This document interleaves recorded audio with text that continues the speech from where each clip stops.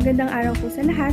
Ang araw na pong ito ay napaka-espesyal, lalong-lalo na po para sa ating mga social workers sa bansa at sa buong mundo. Binabati ko po kayong lahat ng Happy Social Work Month. Nagpapasalamat po kami para po sa taos-pusong paglilingkod niyo po para sa bayan. Nais ko rin pong magpasalamat sa aming mga professors sa Trimex colleges sa paggabay at pagsuporta po sa aming mga aspiring social work students. Iba po talaga magmahal ang isang social worker. Maraming salamat po. Happy Social Work Month! Ayan, magandang araw po. TJ Justine ng 87.9 FM at isa rin pong estudyante ng Bachelor of Science in Social Work. Gusto ko pong bumati sa lahat po ng mga social workers sa buong mundo po, sa buong Pilipinas po. At ito po ang araw nyo sa aming LGU head, ng CSWD at sa aking mga professor ng social work. Maligayang araw po ng manggagawang panlipunan. Ito po ang araw niya, enjoy niyo po. God bless po, mabuhay po kayong lahat at kayo po ang aming inspirasyon para magpatuloy po sa aming pag-aaral. Mabuhay, God bless. Isang pasasalamat sa mga social workers na nagsilbing frontliners ngayong panahon ng pandemya. Naway ipagpatuloy niyo po ang inyong dedikasyon at puso sa inyong pong profesyon. At sana palagi po tayong ligtas at malakas. Happy Social Work Happy Month. Social Workers Month sa lahat po ng social worker, especially po sa aking boss, kay Ma'am Olay, kay Sir Job, kay Ma'am Jen, kay Ma'am Glad, kay Ma'am Juliet, sa aking mga guro na social worker, kay Ma'am Emmy, Ma'am Rose at si Ma'am Des, Ma'am Elena. Happy Social Workers Month sa inyong lahat. God bless po. Good evening. Thank you to all my wonderful social workers. All the social workers actually deserve all my very applause as well as my very gratitude for all the selfless as well as for all the work you all are actually doing. So very unconditionally. Thank you for your unconditionally love to serve people and also for all their amazing work. Thank you. We want to acknowledge our awesome social workers who have helped us get through this pandemic. Thank you all for making a difference in the lives of others, and thank you for all your hard work. To all social workers, I would like to greet you a happy social work day. We salute you and to all your efforts, especially during this time of pandemic. To all my social work professors, thank you for the knowledge given to us. I am very grateful to be your student. And happy Social Works Month. Thank you. Good evening. This is a short message for all our teachers in Social Work Trimex Diliman. We are very thankful and appreciative for all the learnings, the help and guidance you've been giving us. You will serve as our inspiration till we reach our dreams. Thank you and God bless. Actions and sacrifices of our social workers are truly commendable. Our heartfelt gratitude. Social worker teachers, thank you for teaching us. We appreciate you all. Thank you. I love you. Hi everyone. In the celebration of Social Work Month, I would like to express my appreciation and gratitude for all the hard work that you've been doing every single time for creating awareness to our society. But despite of this pandemic, you are all out there risking your lives and helping. Dear teachers, you've been so much more than a teacher for us, and you've been our mentor, our guide, and our support. And I know that your job is stressful, the hours are long, but you are always kind and understanding. And I want you to know, teachers, that I am grateful to have been taught by such an admirable person at sa aming pangalawang magulang. Teachers, love you po at maraming salamat po sa lahat ng kabutihan at aral na ibinigay po ninyo para sa amin.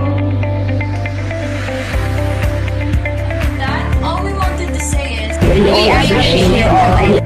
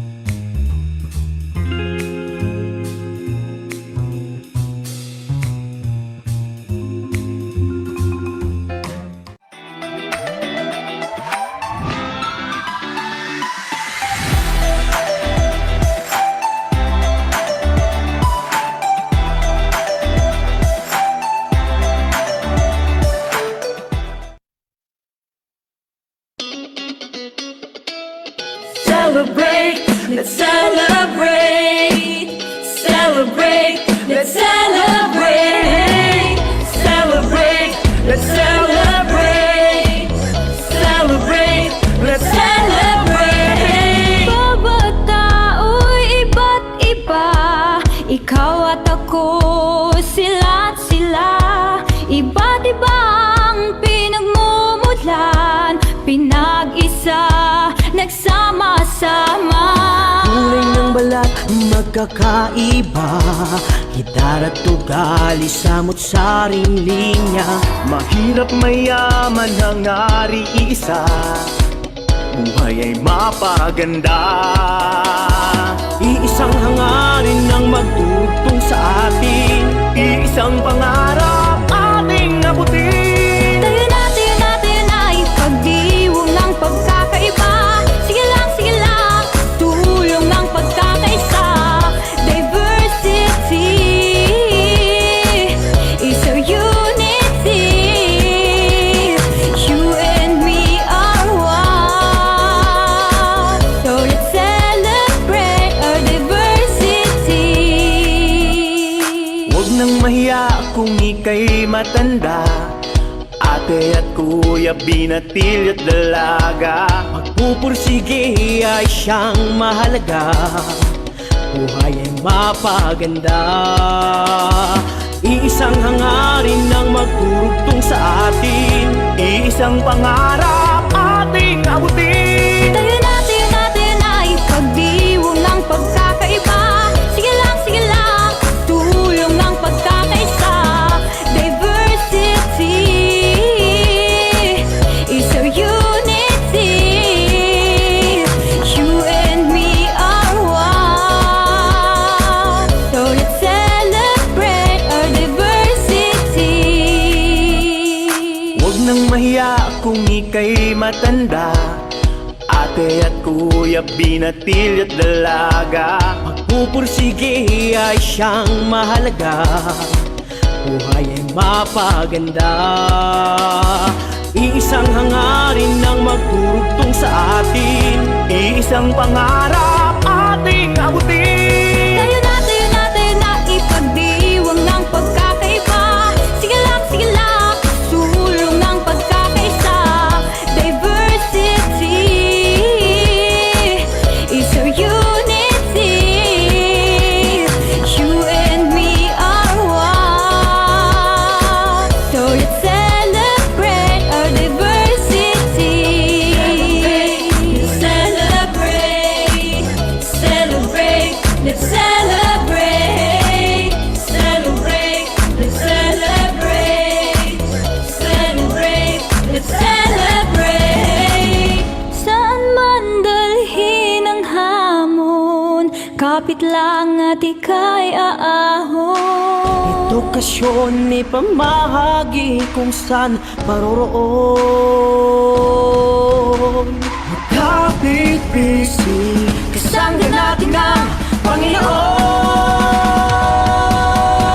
Tayo na ipagdiwang ang pagkakaiba.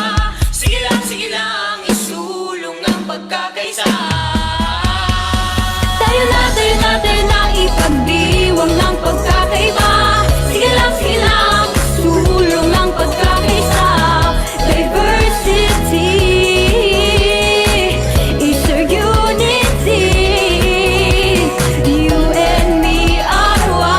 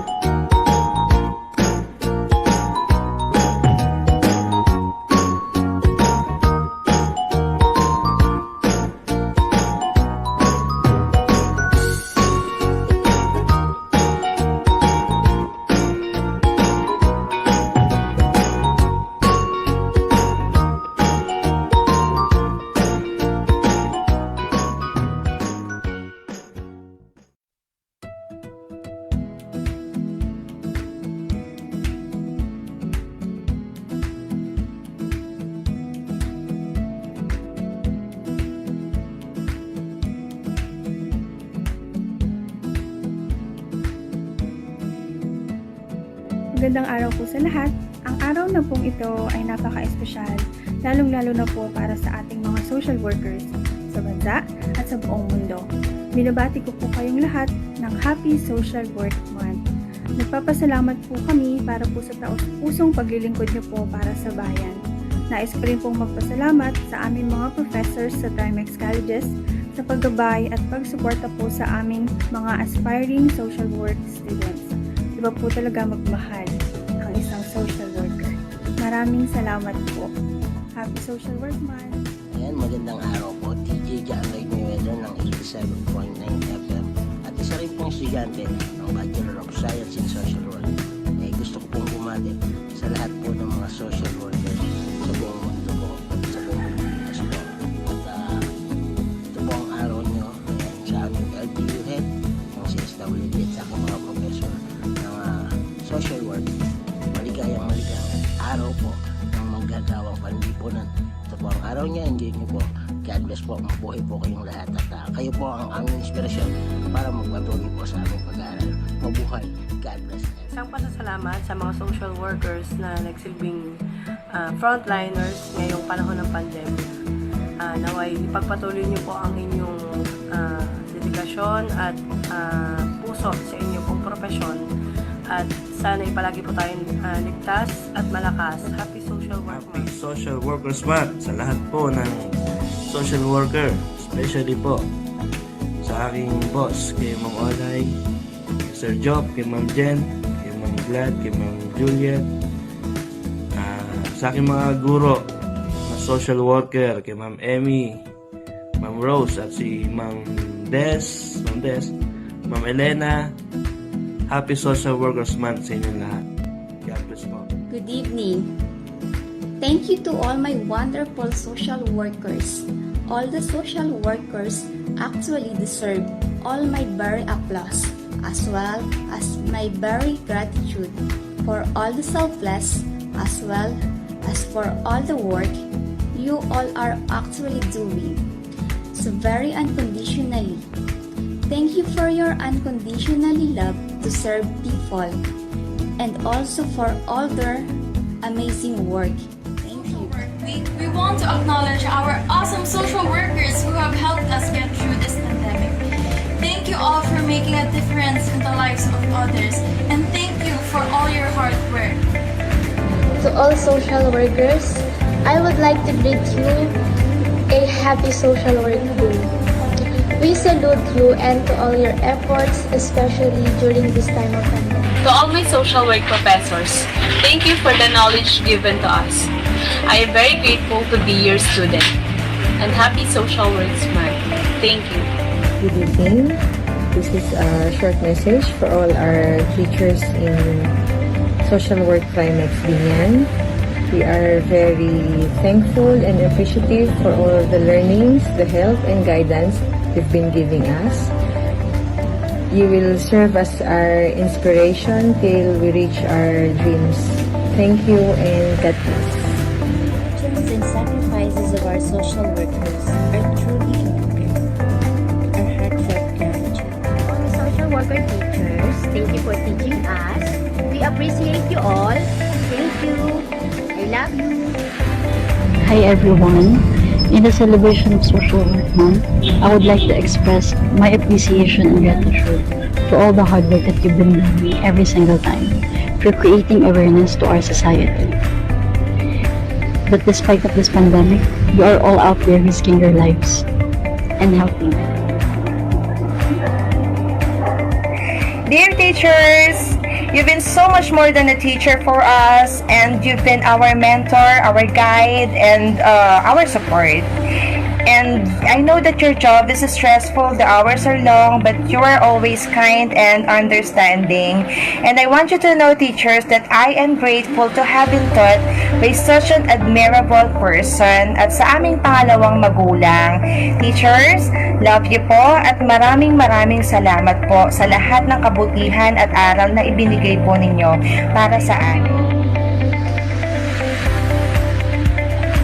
All we wanted to say is, We appreciate you all.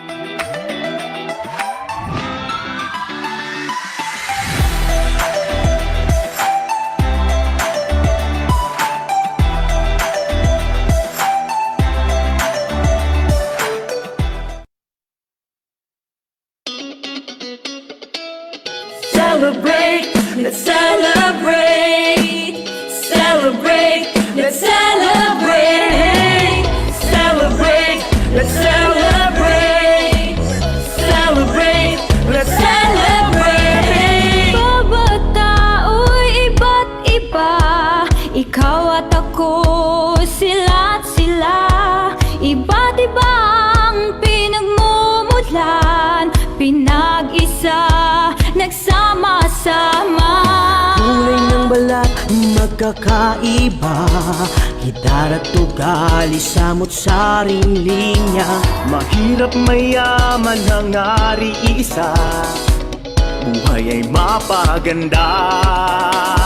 Iisang hangarin ang magdugtong sa atin, iisang pangarap ating abutin. Tayo natin ay pagdiwang ng pagkakaiba. Sige lang, tulong ng pagkakaisa.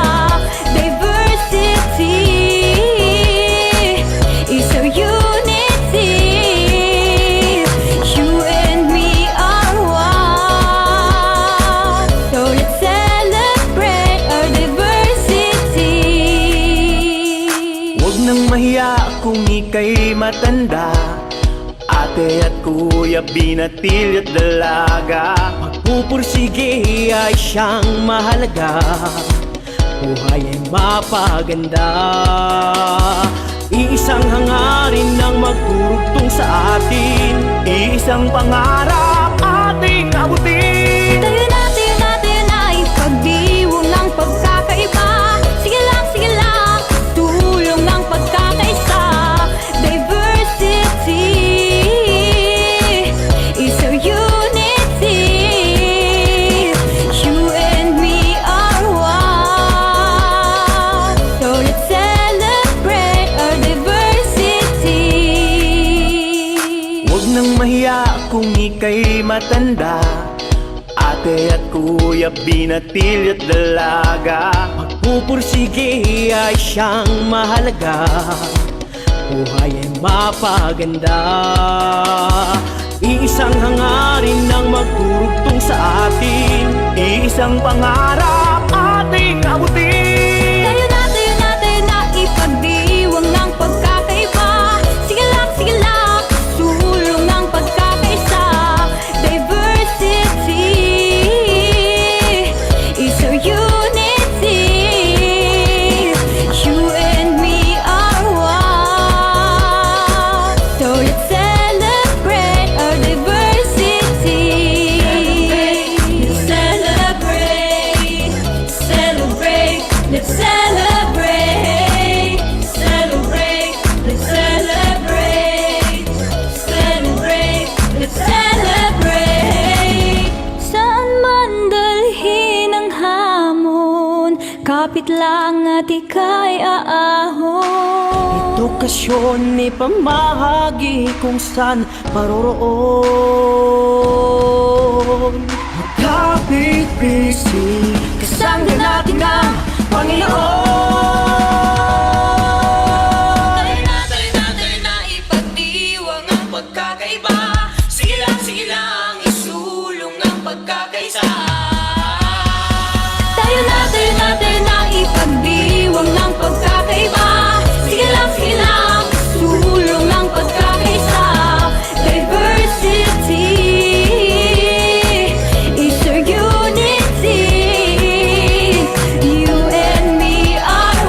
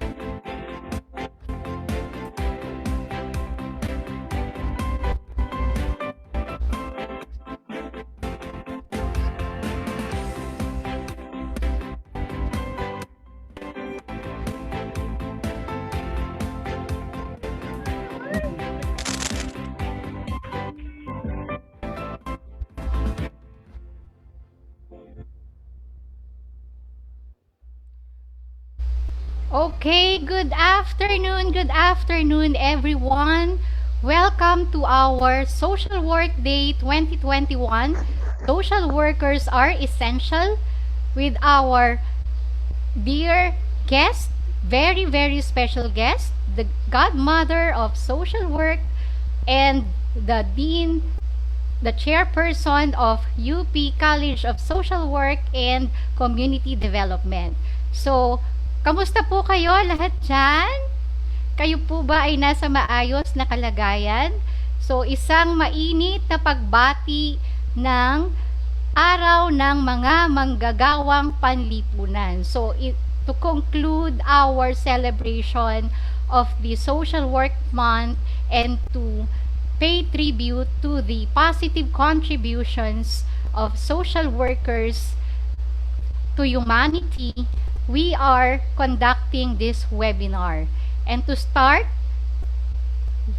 let us pause for a while, relax. Good afternoon, Miss Emmy. Good afternoon. Yes, so here's my partner already. Yes, ma'am. Opo, nagkaroon lang po ng konting error po. Well, good afternoon po sa inyong lahat at syempre sa lahat po ng ating, sa lahat ng participants. Hello po. Welcome to Trimex College's Social Work Live Webinar. And first, syempre, I would like to introduce myself, DJ Apple po. First year student, social work student from Trimex Colleges. At kawani rin po ng lokal na pamahalaan sa lungsod ng Diliman. So, makinig, matuto at isa puso ang bawat matututunan natin mula sa ating mga guest speaker. Thank you so much, Miss Emmy Inja. Okay, so let us pause for a while. Feel the presence of our Holy Father for our invocation to be followed by the Trimex hymn.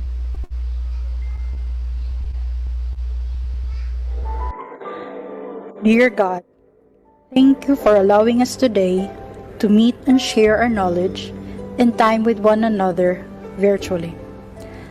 Let the learnings help us confront the challenges of these trying times. Bless this activity, O Lord. Amen.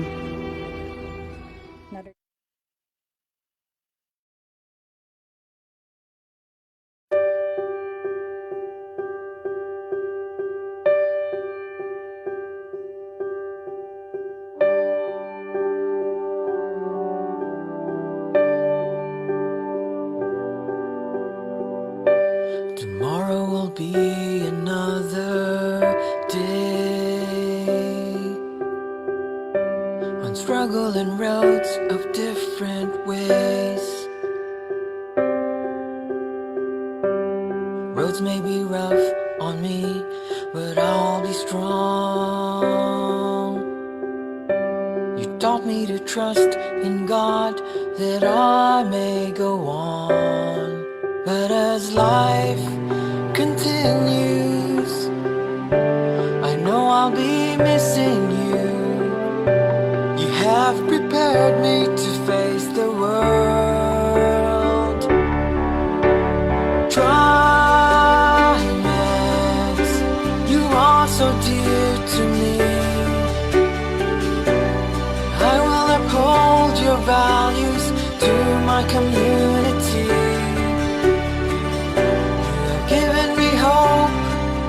You have shown the light.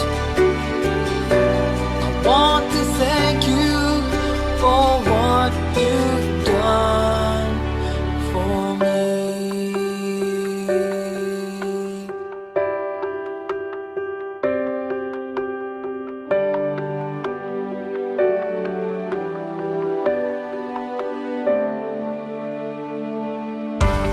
Now the future will be so bright. I want to be my generation's guide. To set an example, to live by a truth. To make a difference for tomorrow's youth. But as life continues, I know I'll be missing you. You have prepared me to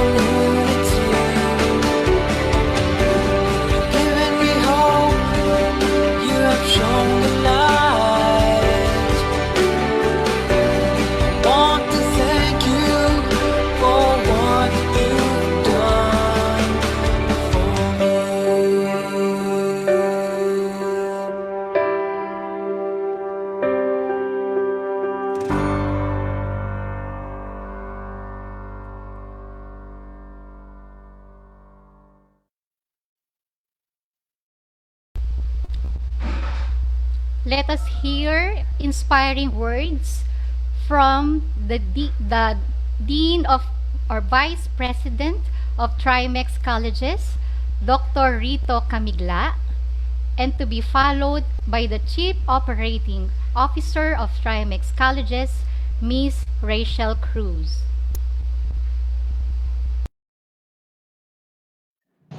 I would like to welcome everyone to the new normal. Alam nyo, maraming pagbabago ang binigay sa atin ng pandemyang ito. Mula sa kabuhayan at pati na rin sa kung paano tayo makikisalamuha. Lahat tayo ay binago ng COVID-19 pandemic. Subalit sa isang banda, ay may naidulot din naman itong magandang aral para sa ating lahat. Katulad ng pagpapahalaga sa pamilya, sa kung ano ang meron at iniingatan natin. Sa nakalipas sa 10 buwan, pinatunayan natin ang tatag ng mga Pilipino.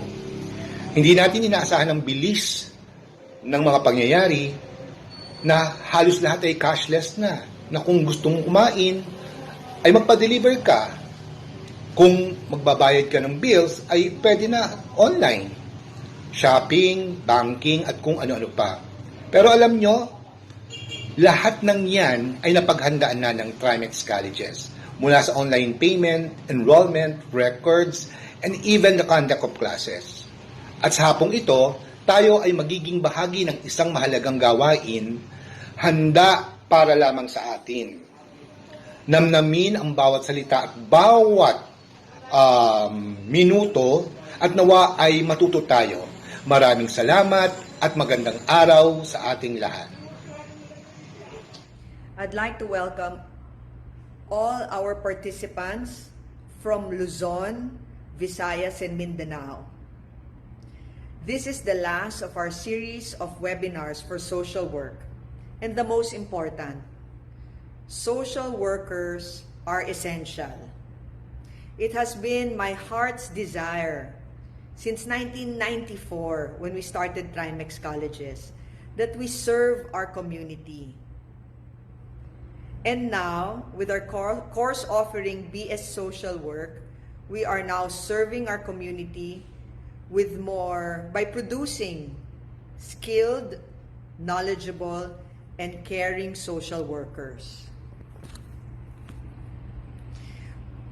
You know, with our professors right now and our webinar speakers, it's coming into reality. You know, Professor Thelma Mendoza, thank you very much for saying yes to our webinar. We buy all your books, and it is a privilege that you said yes to this webinar. We will remember this time because you said yes. And also Dr. Justine Nicolas, Program Chair of the College of Social Work and Community Development of the University of the Philippines, Diliman, UP Diliman. Thank you very much also for being part of this webinar. You know, my desire and my vision to serve our community is coming to a reality. So again, thank you very much, Professor Thelma Mendoza and Dr. Justine Nicolas. May God bless you so much, and may you be part of Trimex Colleges in the future, in the near future. Stay safe, everyone, and God bless. Alright, so thank you very much to our dear Ma'am Roca and Dr. Rito Camigla, or we fondly call him Doc Boyet. Okay, so feel mo na ba ang excitement ng bawat isa, DJ Apple? Feel, ma'am, and very happy kasi alam niyo kung bakit, Ma'am Amy? Dahil na-surprise ako, ang dami po nating participants, ang daming nag-join, talagang hindi talaga nila palalampasin itong araw na to. Yes, and in fact, ang registered participants natin for this webinar is around 350. So, hindi pa po nakakapasok yung iba because right now, We are just 293. So, marami pa po tayong inaabangan. Kasi itong araw na to talaga, alam mo, DJ Apple, napaka-espesyal nito para sa ating lahat. Lalo na sa mga manggagawang panlipunan na katulad namin na naandito ngayon. So, siguro maganda, i-mention natin, let us acknowledge the participating schools and the organizations that are here today with us. Yes, Miss Emmy.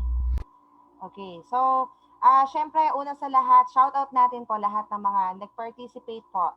Mga iba't ibang school, Asian Seminary of Christian Ministry. So, hi and hello.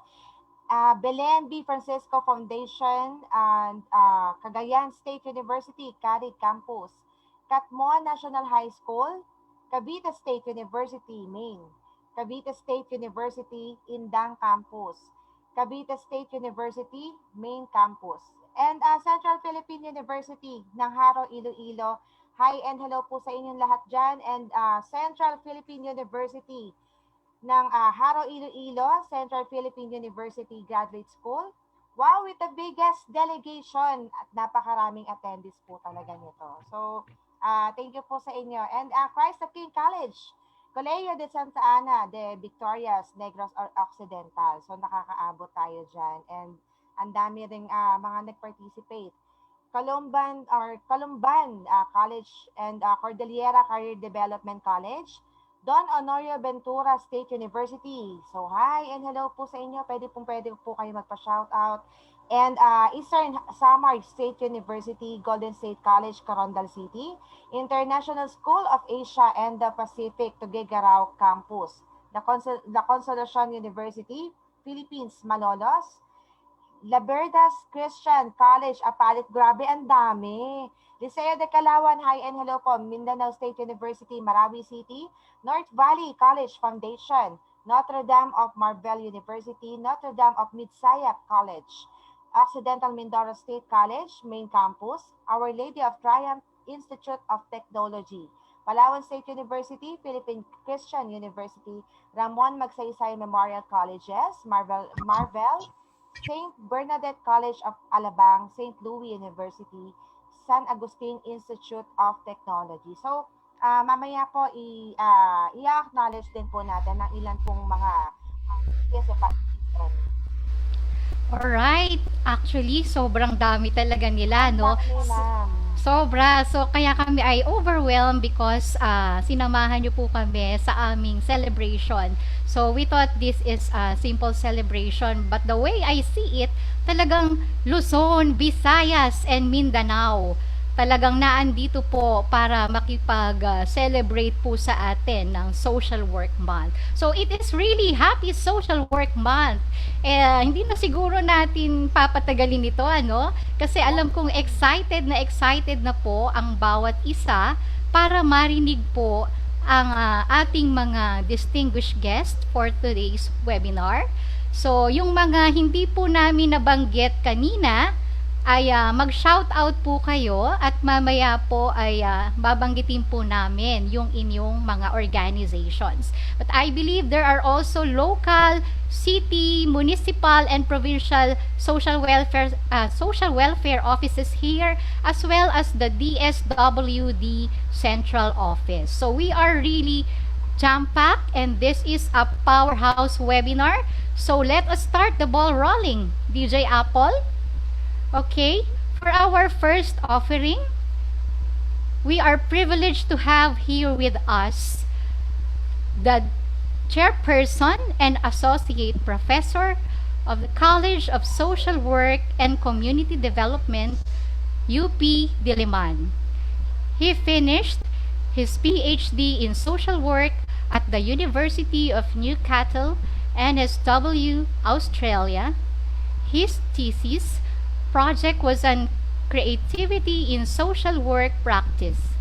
He is currently Associate Professor of Social Work and Department of Social Work Chairperson at the College of Social Work and Community Development, University of the Philippines.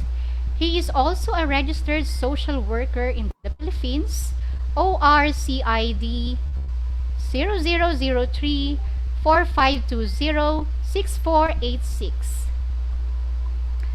Ladies and gentlemen, without further ado, may I proudly introduce to you our first speaker, Dr.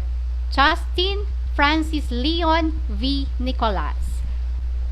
Let's give him a virtual clap.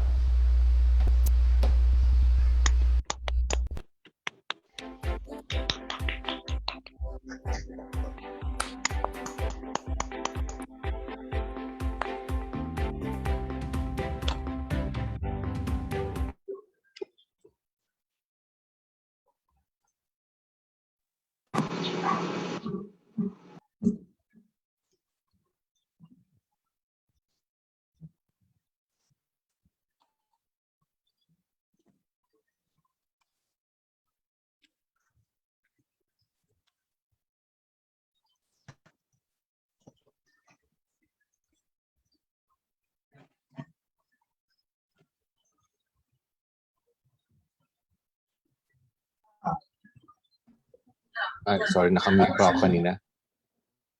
Ayan, ulitin natin. No? Sige, magandang hapon sa lahat at nagpapasalamat po kami at sa inyong pag-imbita sa amin. No? Congratulations sa faculty at sa students na nag-organize po nito. No? Kitang-kita naman po natin na ang daming pong attendees, no? At nationwide po ito. Una po sa lahat, tatanong ko lang muna, ginawa niyo po akong host. Okay lang po ba yon na wala bang magiging technical problems, no? Co-host lang sana pwede. Pero okay lang, no? Ililipat ko na lang mamaya yung host, no? Pagkatapos ko. Sige.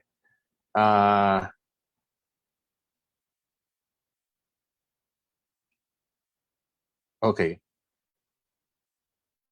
Sige po. So ang ating pag-uusapan ngayong hapon ay trends in social work fields of practice, a creativity perspective. Kasi po, mukhang alam naman na po ito ng mga estudyante, no, at ang ating mga professors. So bigyan lang ho natin ng konting kakaibang perspective. No? At oo nga po pala, siyempre privilege ko rin po ito, no, na makasamang aking mentor, naging guru ko po, si Professor Thelma Lee Mendoza. No? Ito po ang aming unang pagtatambal, no, sa mundo ng webinar at kaya historic din po ito para sa amin. So maraming salamat po. Okay, so sa multimedia, sa Facebook at sa balita, iba-ibang muka ng social work ang ating nakita. No? Siguro na puno ang ating Facebook pages, no, ng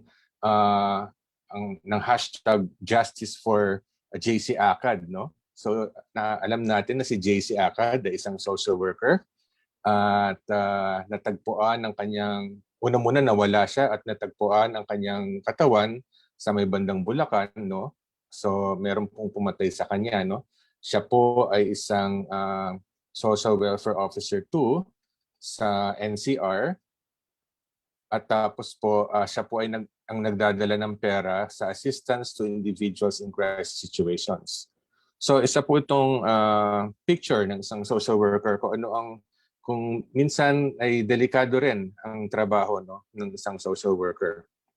Of course, may question doon na bakit nga ba siya naging dispersing officer, no? At hindi naman dapat yun ang sakop ng trabaho ng isang social welfare officer.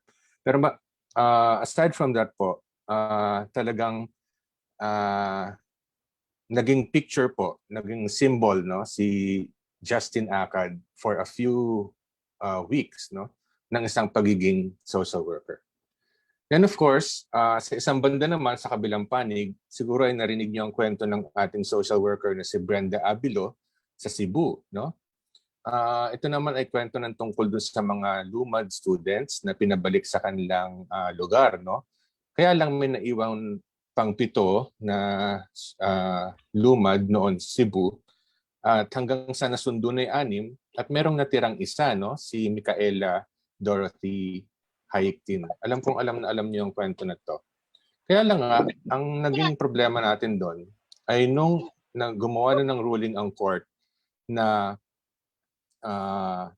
i-release si Micaela sa kanyang tatay, ay tumutol ang DSWD, no? At ayaw nilang i-release si Micaela. Now finally, nung after a long matagal na pag-aantay, no, na may mga tao sa labas, no, malaking tension, ay inilabas na rin si Hayakin, si Micaela at binigay sa kanyang tatay. Okay? Ngayon, bago siya pinalabas ay nagbitaw ng ilang masasakit na salita si Brenda, no, na isang social worker, at sabi niya, lalaki kang isang komunista, sabi niya gano'n, no. So, dito makikita natin isang value conflict sa practice, no. Gustong maging true to her profession si Ma'am Brenda Abilo. At the same time, hindi niya rin napansin na na-violate naman niya yung rights nung ni Micaela, no. So may mga ganyan po sa practice, no, yung value conflict. Okay. At isa lang tong picture po na nagpapakita ng ilang estudyante simula pa ng 2017 na nasa UP Diliman na dahil po dun sa mga bombing at threat sa kanilang lugar ay nagtungo nga po sa iba't ibang lugar sa Pilipinas, no, para mag-aral. Okay. So ilan po ito sa mga pictures ng social workers. Now kung nagbabasa po kayo ng Rappler, isa po sa naging sikat na pangalan, no, ay si Karen Faurillo. Si Karen Faurillo naman po ay isang picture ng isang medical social worker. Kaya lang po, sa kabila ng kanyang paghihirap, no, sa bilang isang empleyado, government employee, no, sa University of the Philippines PGH, tinamaan pa yung kanilang bayan ng typhoon, no?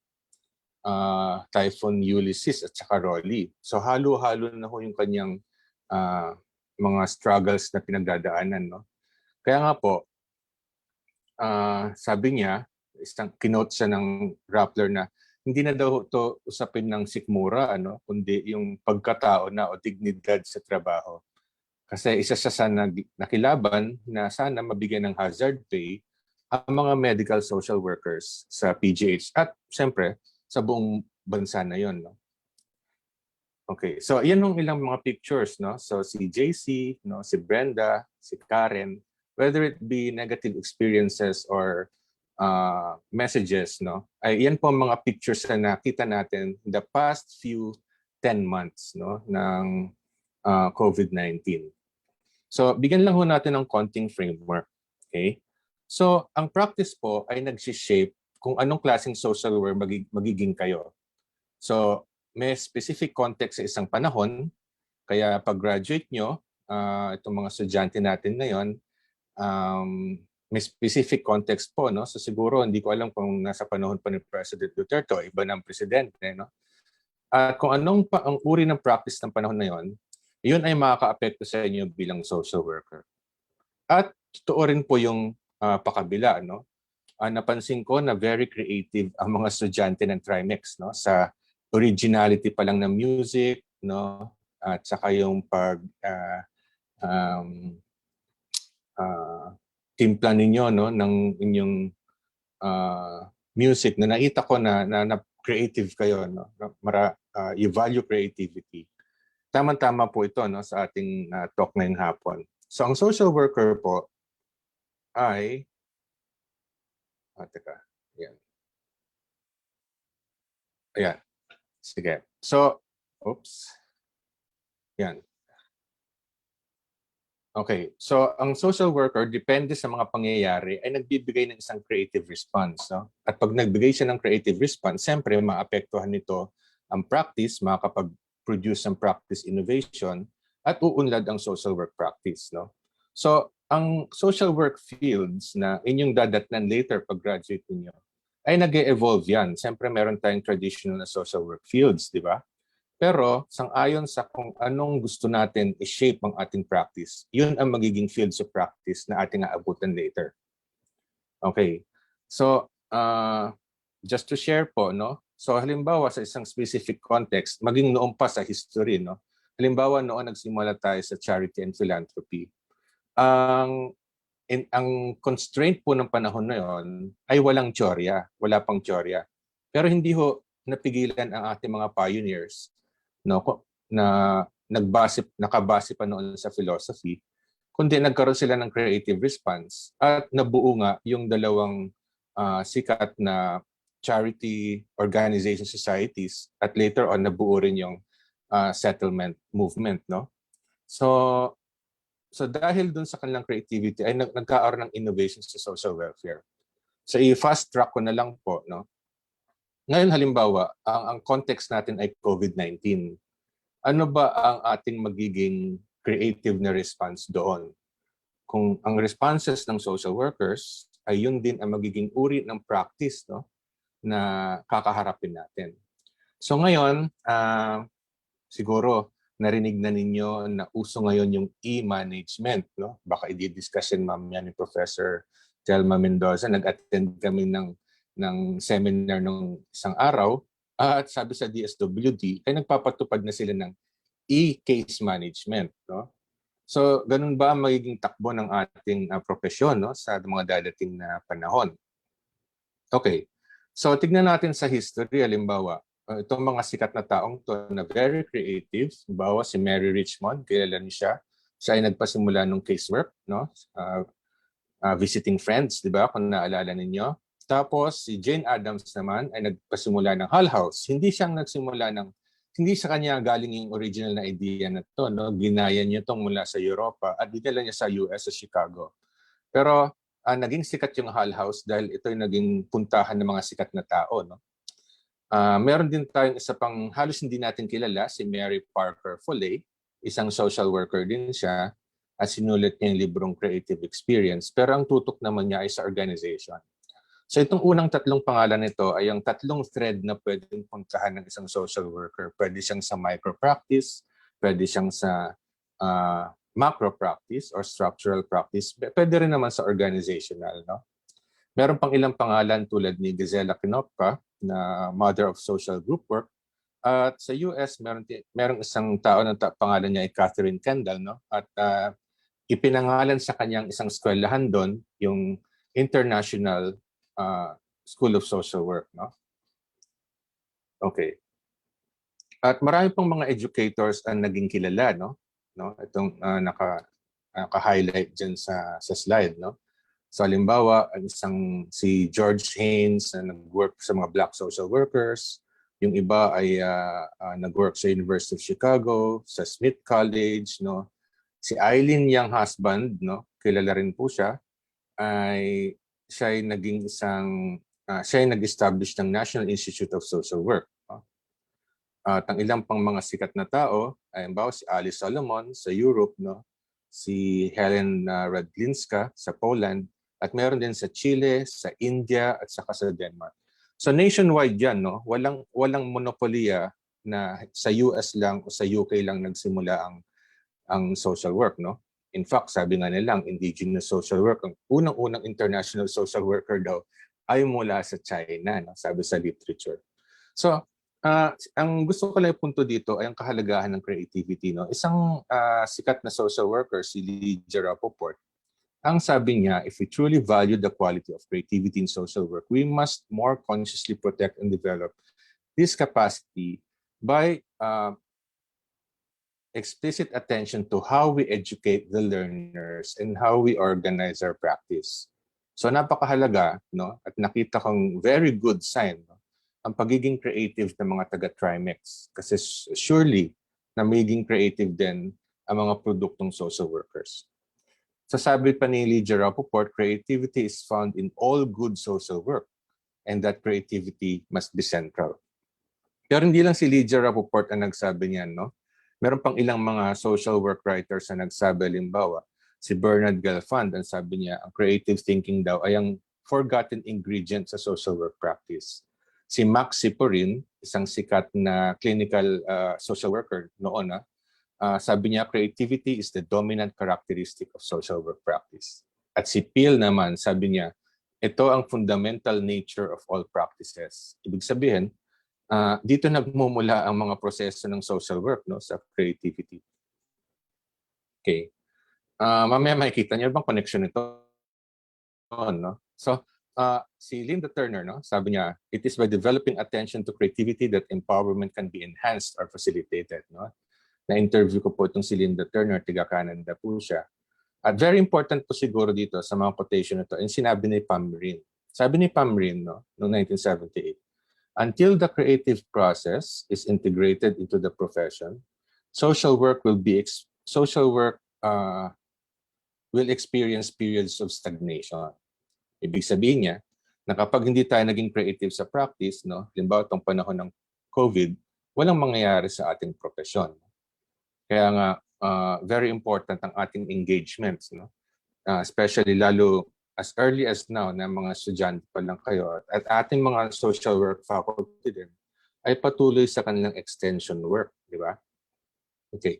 So throughout the time, merong mga tao na nagsulat diretso ng tungkol sa creativity, no? Bawa si Laura Nissen sa Portland, USA, si Linda Turner sa Canada at si Justine Nicolas sa Pilipinas. No? Sila yung mga nagsulat ng tungkol sa creativity. Ako po yung huli. Okay, maraming salamat po. Siguro mamaya na natin i-play, no, itong video. Merong video kasi ang UP na pinroduce, no, yung sa Sikhay Kilos. Pero siguro after the talk na lang. No? Tutuloy muna ako dun sa ibang fields of practice. No? So, itong hapon na ito, ipapakita ko sa inyo yung ilang trends sa practice. No? Ano ba yung magiging kakaharapin yung practice pag graduate nyo? Okay? Oops.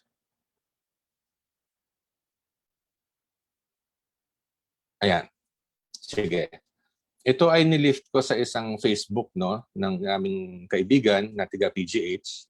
Makikita niyo po dito actually may 3 estudyante dyan na nagma-masters po ng social work sa UP. Okay po. So makikita natin na iba na ang itsura ng mga medical social work ngayon, no? Social workers ngayon. Kailangan naka-PPE ka. Ganyan na ang itsura, kumbaga ang meme ng isang medical social worker, no? At dahil sa COVID-19, isang naging demand ngayon ay ang pagkakaroon ng mga medical social workers. So marahil ang iba sa inyo ay dyan mapupunta later at iyan isang important field of practice, no? So noon sabi na ating mga estudyante, kinikwento nila isang ward lang, no, ang dinedicate para doon. Pero ngayon 3 ward na daw ng COVID-19 ang meron sa PGH. Okay? So maliban pa doon, ang isang dormitory sa UP Diliman at saka isang dormitory ay ginawang parang quarantine facility para sa COVID patients. No? Okay. So sa UP nagsimula yung telekamusta. Okay?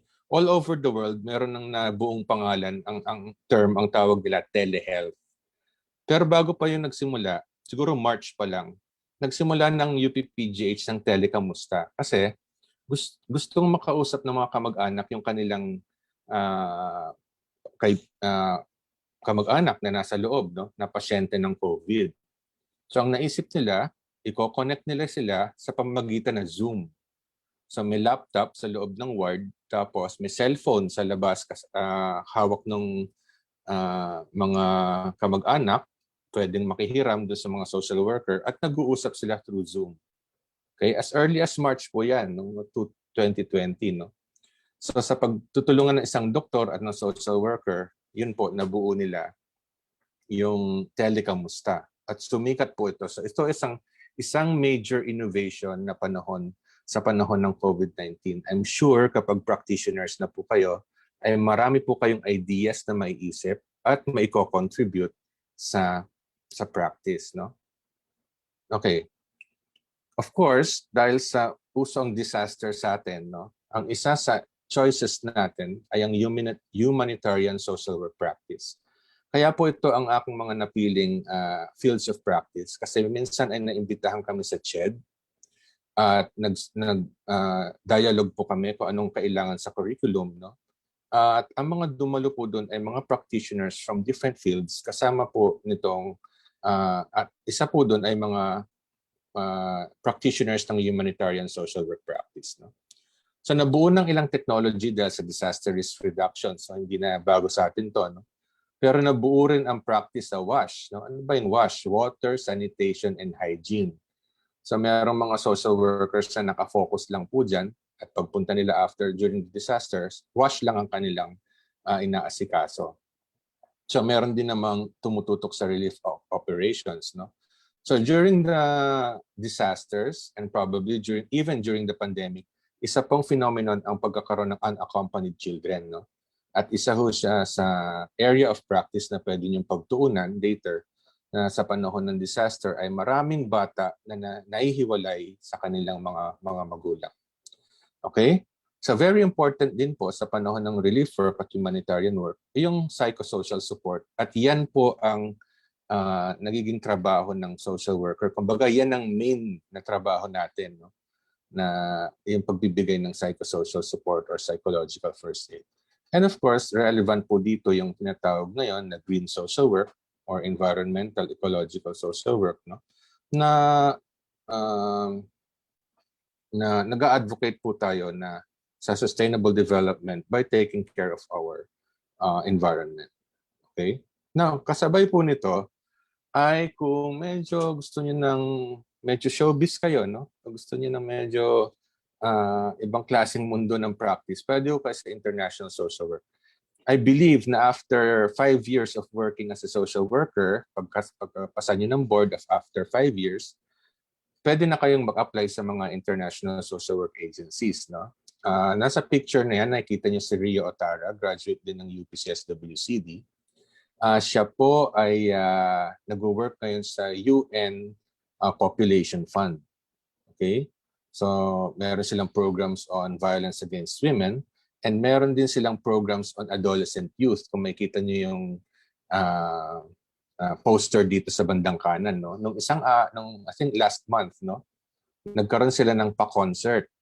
At yung concert na yon ay para mag-raise ng awareness sa teenage pregnancy. No? So ganyan po yung uri ng practice. No? Of course, alam niyo na yung UNICEF. No? May mga social workers po tayo sa UNICEF. May mga social workers din po tayo sa ADB. No? Yung mga malalaking multilateral organizations. No? So later, kung medyo yan ang gusto niyong practice, pwede rin po. No? Meron din po tayong isang abogado ngayon na nag-work po siya sa rights ng mga migrants. Pero ang kanya pong practice ay sa iba't ibang bansa, no? Hindi po sa Pilipinas. Okay. So, ang isa pang importante, no, na practice at medyo sumisikat ngayon ay yung corporate social responsibility. Of course, alam niyo naman yung yung Bantay Bata, yung ABS-CBN Foundation, yan yung mga sikat, no? Pero alam niyo ba na si Cherry Mobile ay merong isang foundation, no? Yung may-ari ng Cherry Mobile. At yung babae pong nakikita niyo dito, si Regen, ay estudyante po yan ng UPCSWCD at siya po ang head ng corporate social responsibility sa Cherry Mobile. So, may isip niyo, wow, Cherry Mobile, nag-hire pala ng social workers. No? Opo, so marami po silang project. Hinighlight ko lang dito kasi COVID ang pinag-uusapan natin. Noong panahon ng COVID, at dahil kailangan ng mga gadgets sa schools, nag-donate ang Cherry Mobile ng mga tablet sa DepEd at saka sa DSWD. Ano? At yun ay dinala sa mga baryo at pinamigay sa mga bata. Okay po. So, meron po tayong isang part-time faculty sa UP, no? Si Christine Palom po ang pangalan niya. At siya rin po ay nagpa-practice ng corporate social responsibility. So, katulad ng international social work practice, medyo ibang mundo rin po ang ginagalawan ng mga to. No? Ngunit sinasama natin dito dahil kahit nung una pa man ay nagkaroon na ng mga corporate social settings. No? Halimbawa yung sa PBSP dati, kung saan nagko-collect ng 1% sa mga malalaking kumpanya, no? At inaalat sa mga may hirap. Medyo may level din po yan ng corporate social work. Okay? Sige. Ngayon, siyempre ang isang term na sikat, no? At nung panahon ng pandemic ay yung SAP, no, yung SAP. Ano ba yung SAP, no? Sa community, ayudang alam natin na yan, no, SAP. Tama si kita ko sa chat, no? So, social amelioration program. Pero alam niyo ba na yung salitang social amelioration sa history ng social work ay halos diyan nagsimula, no, ang social work nung panahon ng giyera noon, no? Yung maliban bago magkaroon ng reconstruction ay social amelioration muna. Okay? So dito sa picture na to, makikita natin ay nagtutulungan dahil nga sa pandemic ang local government social workers at saka yung national government social workers, no? At this time, cash ang binibigay, di ba? Alam naman natin yung sa 4-piece, binibigyan sila ng ATM tapos nire-release, no? Pero later on, gumawa na rin sila ng pamamaraan na gumamit sila yung mga ano bang tawag doon sa kung saan ka nagsasanla, no? Mga pawn shop, no? Ginamit na rin nilang yung conduit kung saan mag-release ng funds, no? At pati yung PayMaya at saka GCash. Okay? Pero hindi lang tungkol sa COVID ang social amelioration, no? Ayan yun, yung mga payment centers, tama. Salamat, no? Kung naalala niyo yung Marawi siege, no?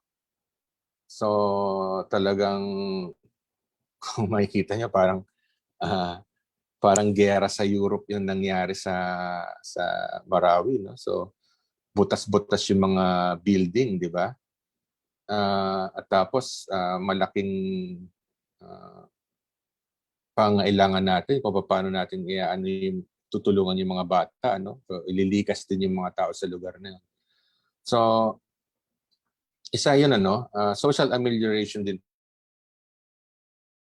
ang tawag doon. So, dahil sa meron hong patuloy na kaguluhan sa Pilipinas, no, andiyan pa naman yung problema tungkol sa ating mga kapatid na Muslim, no, na nangihingi pa ng autonomy kahit na meron na pong autonomous region, di ba? Yung Bangsamoro at lalo pa ngayon yung usapin ng tungkol sa ating mga kapatid na nasa bundok, no, at na lumalaban po ng revolusyon. Isang field of practice po yan, no? Yung panahon ng war, no? Kung alam niyo po yung agency na Center for Rehabilitation, Children's Rehabilitation Center, nagke-cater po yun sa mga batang children of war, di ba? Kasi sa panahon ng war, children na naman. Kanina ng panahon ng disaster, children din ang ating pinag-uusapan, no? So, in fact, maraming social workers ang nagko-concentrate din sa practice on child protection. Okay? Now, isa sigurong you might be the next DSWD secretary. Siguro nagkataon na si Manay Judy at saka si Ma'am Ding Diliman ay parehas na galing sa graduate ng UP CSWCD, no? Pero hindi naman yung monopolya ng UP, no? Malay nyo, isa sa mga estudyante nakaupo dito kasama natin ay pagkatapos ng ilang taon ay siya maging future secretary ng DSWD. Diba? Hindi naman natin malalaman yun, no? So, most probably, kung gagalingan natin sa ating practice, no, ay magiging tulad din nila tayo. Okay. Sige. Ngayon, ang gusto ko pang i-share sa inyo, siguro may ilang minuto pa, ay policy also shapes practice. Meron pong dalawang controversial na policy ngayon that might not change the terrain of practice. Isa po yung Mandanas ruling, hindi ko alam kung na-discuss yun na po ito sa inyong mga classroom. At yung isa ay yung recently na DILG Memorandum Circular 2021-12. Okay, so doon po muna tayo sa Mandanas ruling. Yung Mandanas ruling po kasi, no, meron pong kaso sa Supreme Court, yung Mandanas versus Ochoa, no, at nanalo nga po si Mandanas doon sa kaso na yun, na sinasabi lang po na yung malaking porsyento ng tax ay iaalat na po sa local government. Okay?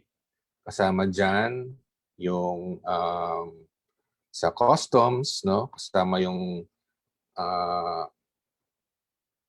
50% of the value-added taxes collected in the Bangsamoro Autonomous Region, Muslim Mindanao, 30% of our national tax collected in the Bangsamoro Autonomous Region in Muslim Mindanao, no?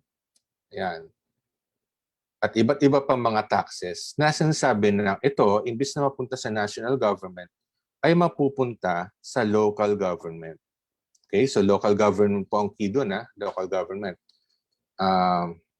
Kanina narinig ko si DJ Apple ba nagsabi noon, no? Si DJ Apple yata ang nagsabi na nag-work din siya sa local government, di ba?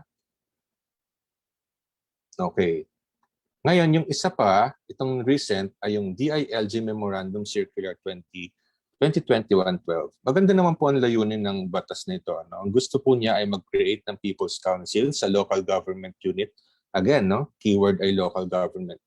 Kaya lang po, ang nakakabahala sa law na ito ay ang dagdag na probiso na dati, kailangan SEC-registered ka lang. Ngayon, ang dagdag po, para ikaw ay ma-recognize na NGO, PO, CSO, kailangan ay dumaan muna sa AFP at saka sa PNP. Kapag hindi ko kayo na-clear ng AFP at PNP, ay hindi ko kayo pwedeng mag-function, no? At maging part ng People's Council. Alam naman po natin, no? Na meron tayong accreditation sa DSWD. Nagpapa-accredit ang mga NGO sa DSWD. So hindi ko alam ang magiging arrangement kung accredited kayo ng DSWD, kailangan pa ko kayong magpa-accredit sa AFP at saka sa PNP. Again, ito pong dalawang to, no, yung Mandanas ruling at saka itong DILG rule na to, ay meron pong implication, no. Alam naman po natin yung devolution, no. Alam niyo po yun, no, na na-devolve yung ilang function ng DSWD sa local. Pero dahil po sa Mandanas ruling, sinasabi po na total devolution na po, no. Lahat ng functions ng executive na dapat ang local government ang gaganap ay ililipat na po. At ang DSWD ay malamang sa karamihan ng kanyang gagawin ay program at policy na lang. Okay? Kaya nga, ang isang prediction doon, siyempre marami sa atin ang gusto mag-work sa DSWD, no? Yun ang tina-target natin. Kaya lang ang magiging, dahil dito, sa Mandanas rule na ito, pwede natin i-predict na in the next few years, malilipat na sa local government ang practice. In fact, meron na nagsispekulate na madaming mawawalan ng trabaho sa national at magkakaroon ng pamamaraan paano i-transfer ang mga workers na to, social workers, from the national at ilipat sa local government. So in terms of fields of practice, siguro po ang future ng social work, at least for the next 10 to 15 years, o siguro 10 years lang, no? Hindi natin masasabi sa atin next president, would probably be focused on devolved services in the local government units, no? So, kumbaga, go local po tayo ngayon. Okay? Of course, the other one would be a demand of the COVID-19, no? Dahil po sa ating experience ng COVID-19, ay marami tayong demand, no? In fact, ang aming reflection ay mukhang kailangan natin ibalik yung specialization in clinical social work. So alam nyo ba na tumawag sa amin si Mayor Vico Soto, no? Si Father Flavi Villanueva ng Arnold Janssen Foundation Kalinga Center, no? Si Lani Byron Llanes ng Action. At alam nyo ang isang common theme na kanilang sinasabi, sabi niya, pwede niyo ba kaming tulungan mag-hire ng social workers? Okay, so lahat po yan, no? Ang kailangan yata ni Mayor Vico noong panahon ng last year, mga 20. Si Father Flavi, kailangan din niya mga 10, no?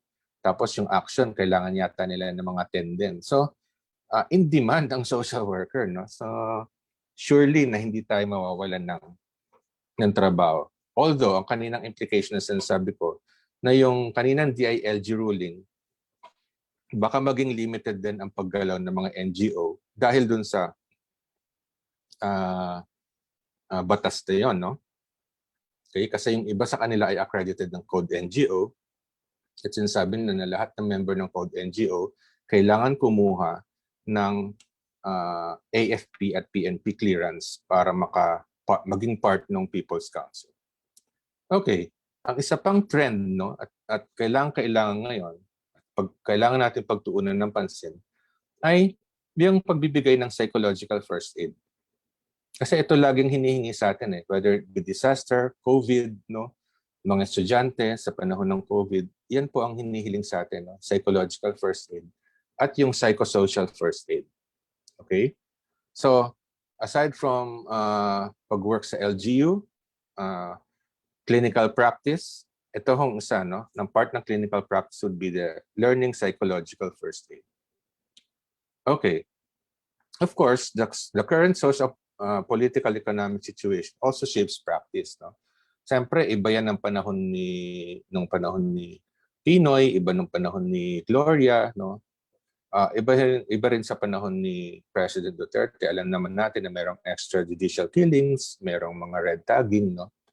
So, dahil doon, ay meron din tayong isang field of practice na nasa, let's call it the anti-oppressive social work practice, no?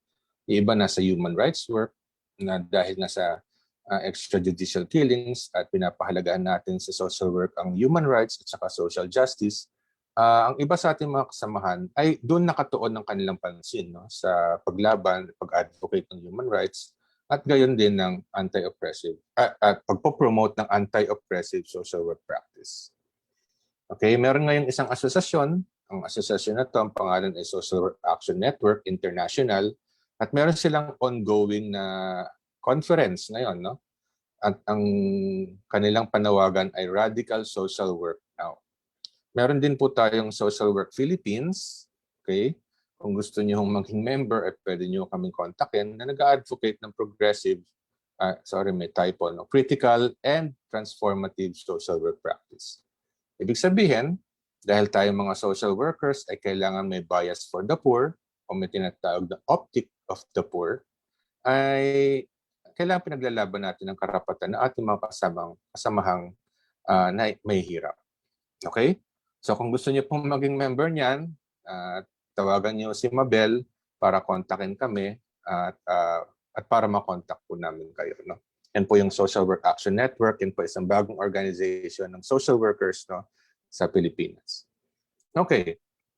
So ngayong araw pong ito, ating pinag-usapan, no, na sang-ayon sa aking prediction, ang magiging takbo po ng ating practice ay, number 1, baka mag-focus po tayo sa LGU dahil sa Mandanas ruling. Second, mag-focus, kailangan po natin mag-focus sa clinical practice or micro-practice. No? Yun ang magiging trend. No? And of course, meron din isang area of practice ng anti-oppressive social work. So yan po ang parang nakikita kong trend, no, sa based on the context that we have now. Ngayon, we as social workers can shape our own practice. No? Meron isang quotation dito. Sino ba nagsabi nito? Natutunan ko po ito mga ilang dekada na nag-aaral pa po ako, no, sa BSSW. Sabi niya, ano ibig sabihin na social functioning? Sabi ganon, ang maging kung ano ang nais mong maging. At sino po nagsabi noon? Nakuha ko po ito kay Ma'am Thelma Lee Mendoza. So bilang pagtatapos po, no, at bilang pagbati sa inyo ng Happy Social Work Month, tayo po bilang mga social workers ay maaari tayong maging kung ano ang nais nating maging. Maraming salamat po.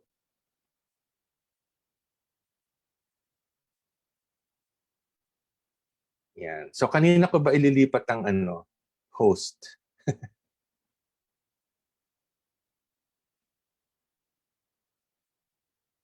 Okay, lumipat na. Okay, good. Sige, Ox. Sige, Miss Emmy. Take it away. Oo, nakamute ka pa, ma'am.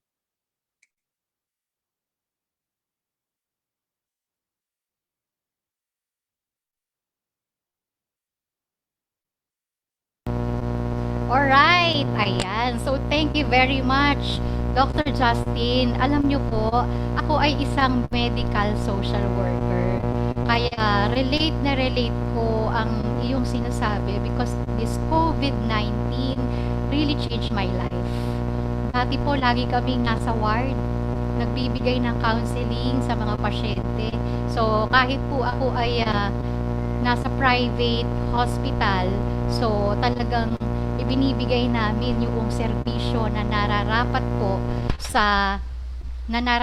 po sa mga pasyente, Kaya lang, because of this pandemic, medyo hindi na po ako nakakapasok dahil ako nga po ay cancer patient. So, yun yung mahirap para sa ating mga social worker eh. So, talagang naka-risk po yung ating buhay. So, we also saw stories of social workers who have fallen. So, we are really saddened with all those stories. Pero, hindi po ito magiging dahilan para tayo po ay magapi. Tama po ba? Sa ating mga kapwa manggagawang panlipunan. At sa palagay ko po, sa pagkakarinig po natin ng lahat ng sinabi ni Dr. Justine, talagang mas meron tayong lakas para ipagpatuloy ang ating mga advokasya. Kaya, after this, tayo po ay lalabas sa ating mga communities, sa ating practice settings, at talagang ipakikita po natin kung ano po ang ating halaga bilang isang mga manggagawang panlipunan. O teka lang, marami pa tayong aabangan sa araw na ito. So, alam kong marami po kayong gustong itanong kay Dr. Justine. So, meron po tayong hiningi ng mga katanungan sa ating mga registered participants. Actually, we have now 373 participants here in Zoom. So, napakadami na po, no?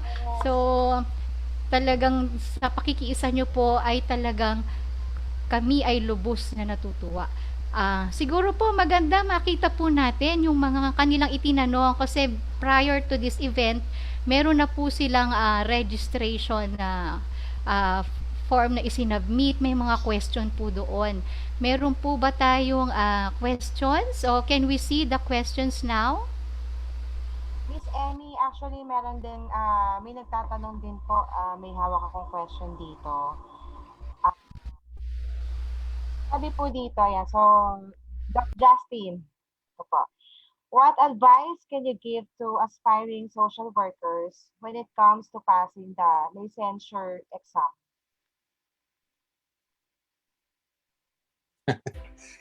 Wow. Challenge ngayon yan, no? Kasi ang ating mga review ay online na. Okay? Kaya lang, ang naging advantage ngayon na nakita ko sa mga review centers sa ibang profesyon, ano, tulad ng architecture, hindi na tayo nagpapatali na lang sa 8 to 5. Meron akong mga kilala na nagre-review sila, nakapag-review sila ng kahit umaabot sila na alas 12 ng gabi na nagkaklase sila sa review, no? Sa architecture po yun. So mamaya siguro, pwede natin ulitin yung tanong na yun kasi of course kasama natin dito si Professor Thelma Lee Mendoza na naging board po, no, sa PRC. Isa po si ma'am sa mga gumagawa ng tanong. No? Pero ang mga advice ko, as early as now, i-compile na po natin yung ating notes. No? Isa po kasi itong frustration ko dati na nung panahon na ng pagbo-board ay nawala na yung aking mga notebook, no, nawala na yung aking mga readings, yung iba ay nabasa, no, ng baha. So i-secure po natin yung ating mga notes, no, kahit as early as every subject po siguro pwede na natin gawan ng mga index cards at kapag naipon yung index cards na yon, pwede nyo na po yung reviewer sa board exam, no. Lalo na po narinig ko kanina na meron na tayong mga estudyante na medyo may edad na ng konti, no? Ako medyo mahirap na mag-memorize, di ba? Pag medyo may edad ka na. So yung po mga index cards na yun, makakatulong po sa atin na yun. Na pwede natin gawin at dahan-dahan sa every subject na ating tinitake. Siguro yun muna ang aking tip, no? Yung iba mamaya na. Thank you. Okay, actually, tama ka, Doc Justine. Kasi with Trimex colleges, ang aming mga estudyante ay tinatawag naming lifelong learners. So, ito po yung may mga edad na po talaga, pero they are already in the field. Kailangan lang po talaga nila ng formal training. So, the dedication, the commitment, the passion is there, pero kailangan nilang maging registered social worker para talagang maging full-fledged na. So, right now, we have here on the screen some questions that we want to address to you, Doc Justine. So, can we flash one question, please? Okay. So, in this time of pandemic, in what ways can you say that social workers are essential? So, since this is our theme, so talagang ito yung kanilang tinanong. Pero kanina, narinig ko na yun eh. So, maybe Doc Justin can highlight. Oo. Actually, double-sided yun. Ano? The same thing that makes us essential, the same thing na dumadami ang ating mga kaaway. No? Halimbawa, ng panahon nung SAP, di ba? Social worker ang hinahanap dyan. Pero kapag hindi na umabot yung SAP sa mga dapat pagbigyan, social worker din ang kaaway dyan, di ba? Of course, sa panahon ng disaster, yun ang isang role natin. No? We are to help sa pagbibigay siguro ng hindi lang ayuda no? Yung tulong, no? Of course, sa panahon ng disaster, di ba? Kailangan pa rin natin yung resource provision, no? Importante pa rin yun, no? Hindi naman siya talaga masabi natin dole out, pero yan ang isang role ng ang social worker. Now, ang isang importanteng kaakibat nun ay yung pagbibigay ng psychosocial support. Okay? Kaya lang, medyo delikado ang pagbibigay ng psychosocial support ngayon. Kaya kailangan natin mag-train mabuti kasi minsan, habang nagka-counseling tayo, habang kausap natin yung mga bata, nagkakaroon ng mga triggers, no? Nagkakaroon ng mga pag-alala ng mga bagay na minsan hindi natin kayang i-handle. Okay? So, kailangan natin ng mag-train para doon. Okay? Of course, yung sa all over the world, ang nagiging role ngayon sa pandemic ay ang pagtulong sa health, no? Sa health. Kaya tulad ni Ma'am Emmy, no, very important ngayon yung mga medical social workers. Pero kung di man kayo medical social worker, ay pwede tayong tumulong sa iba't ibang realm, no? Iba't ibang kung local government social worker kayo, kung ano yung mandate ninyo, doon tayo makakatulong, no? So babalik pa rin ako doon sa psychological first aid at siyempre yung sa resource provision. Okay, so thank you, Doc Justine. I think we can entertain another question. DJ Apple? Yes, Miss Emmy, we have another question po. For Miss Angelica Joyce Hernandez. Sir Justin, as a social worker, what are the most challenging experience you had?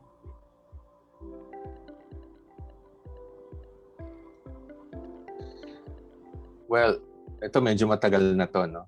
Medyo matagal na to. So, naging community organizer ko way back, no? Ngayon, ang naging issue ko doon ay si Mayor nagpagawa ng isang illegal dump site, no, sa isang lugar. At nung una akong bumusita doon, ang una kong dinatnan talaga ay yung mga tiga-community ay nasa loob sila ng kulambo kasi malangaw eh. So, doon sila kumakain sa loob ng kulambo. Okay? So, ang time na yon nakapag-mobilize kami na sa tulong ng simbahan na-stop namin yung pagpasok ng dump trucks, no, doon sa lugar na yon. Kaya lang, laging may nagmamanman sa akin, no? May sumusunod sa akin na van, tapos kinukunan ako ng litrato, ni-intimidate ako. Kaya ang ginagawa ng mga tao sa community, pinapalibutan nila ako papunta doon sa sakayan ng jeep. So hindi malaman ngayon ng mga kumukuha ng litrato kung sino ako, although matangkad ako ng konti. Hanggang sa pag nakasakay na ako ng jeep, yun, makakaalis na ako sa lugar na yun. So isa siguro yun sa mga challenging na experience ko na naharas ako ng mga ilang tauhang hindi kilala na tauhan ni Mayor. Yun. Yun na siguro yung isang naalala ko lang ngayon. Okay, thank you so much, Doc Justine. And Miss Amy, meron pa tayong isang question. Yes. Sige po, siguro we can entertain another question. Pero Doc Justine, later you stay with us. So, alam ko marami pang question mamaya. So, sige, sure. We will entertain another one. So, yes, Miss Emmy, nakakatuwa kasi ang dami, inuulan tayo ng comments, inuulan tayo ng papuri. Siyempre, andyan si Doc Justine, marami silang natutunan. And sabi nga dito, thank you so much for very informative and enlightening insight, Doc Justin, from mula kay Bridget Campong. Pero ito po muna, Doc Justin, meron po tayong question po from Bren Andal. Sabi po niya, sa tingin niyo po, Dr. Justin, kaya po ba or posible na magkaroon ng isang social worker kada isang barangay? In this way po, ay mas maa-address po natin agad ang mga concerns ng ating mga kabarangay. Kasi on my own experience, as a barangay kagawad, mukhang kulang na kulang pa po ang ating social workers. Student from SBC, Batangas City. Thank you so much. Okay, stay lang, kinakatok kasi ako ng guard dito. Pero sandali lang, sagutin ko lang muna yung tanong, no? So sa ngayon nga sa sinabi ko kanina, dahil doon sa Mandanas Rule, mas malaking pondo na ang ibibigay sa local government, no? Now, ang isang experience ko dyan, merong PO dati na sinusuportahan ng World Vision. At yung PO na yon was able to hire social workers. At yung PO na yon ay was run by tricycle drivers, no? Iba hindi sila nakapagtapos ng pag-aaral, no? Pero nag-hire sila ng 3 social workers. So imagine that, no? So if you convert that, no, na kung merong pondo ang local government, then it's possible to have 1 social worker per barangay. Posible 'yon, pero hindi pa sa ngayon, no? Pero sa potential na buhos ng pondo, no, na ilalagay sa local government, I think it will be possible.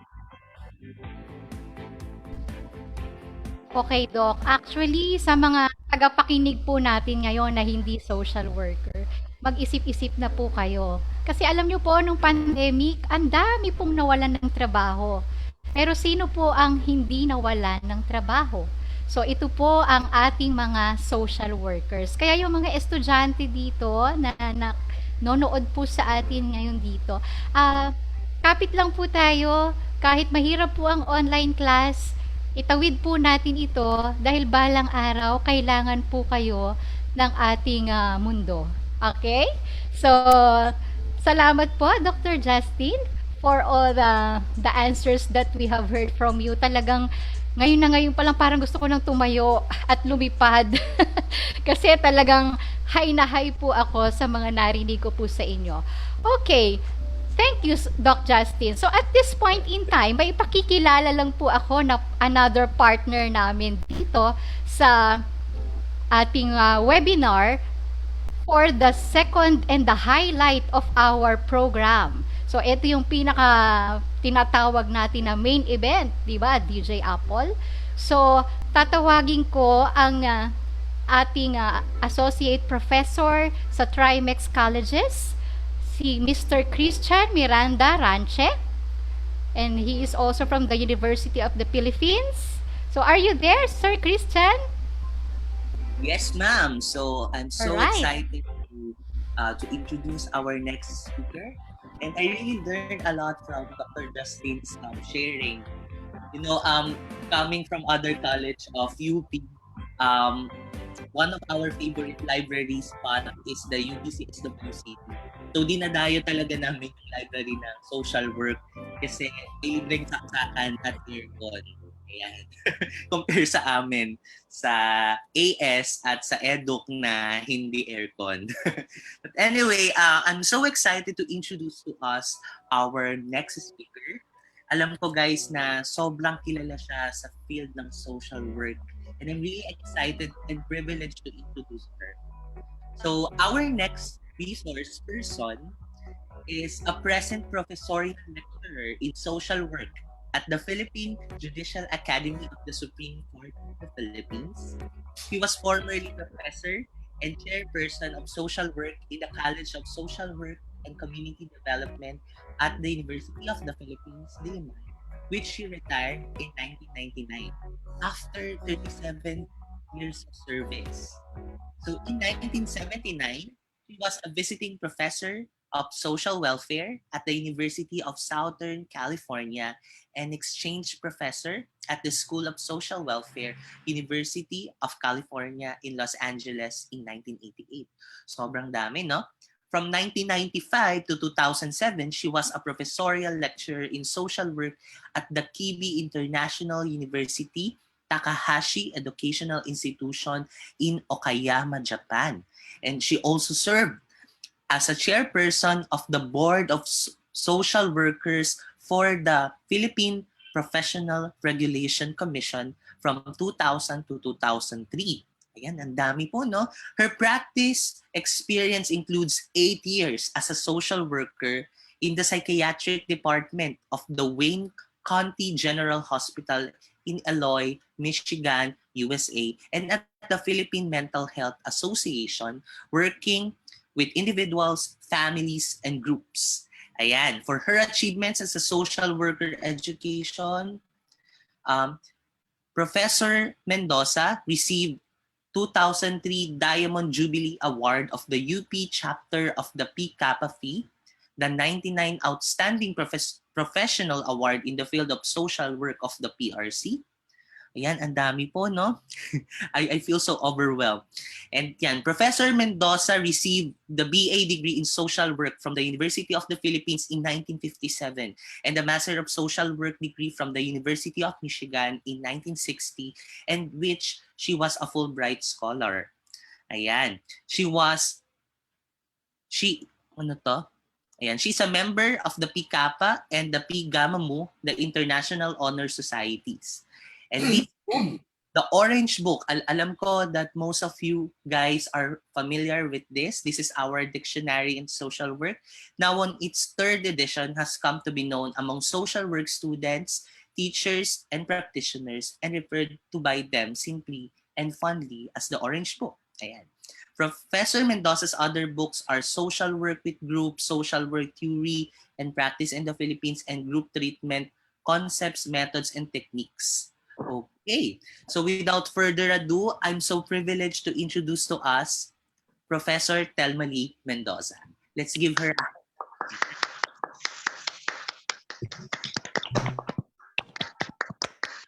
Maraming salamat. Maraming salamat at magandang hapon sa inyong lahat. Ako'y natutuwa na maski na meron tayong pandemic, ay meron ako ng pagkakataong makausap kayo upang magsalita tungkol sa social work. Of course, my favorite subject, I suppose forever. All right.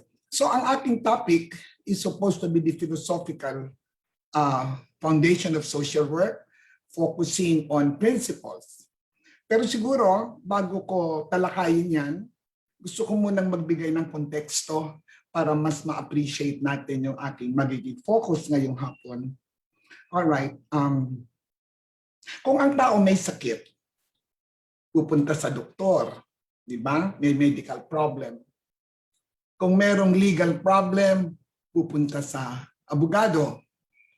Kung spiritual ang problem, pupunta sa religious, sa pare o sa madre.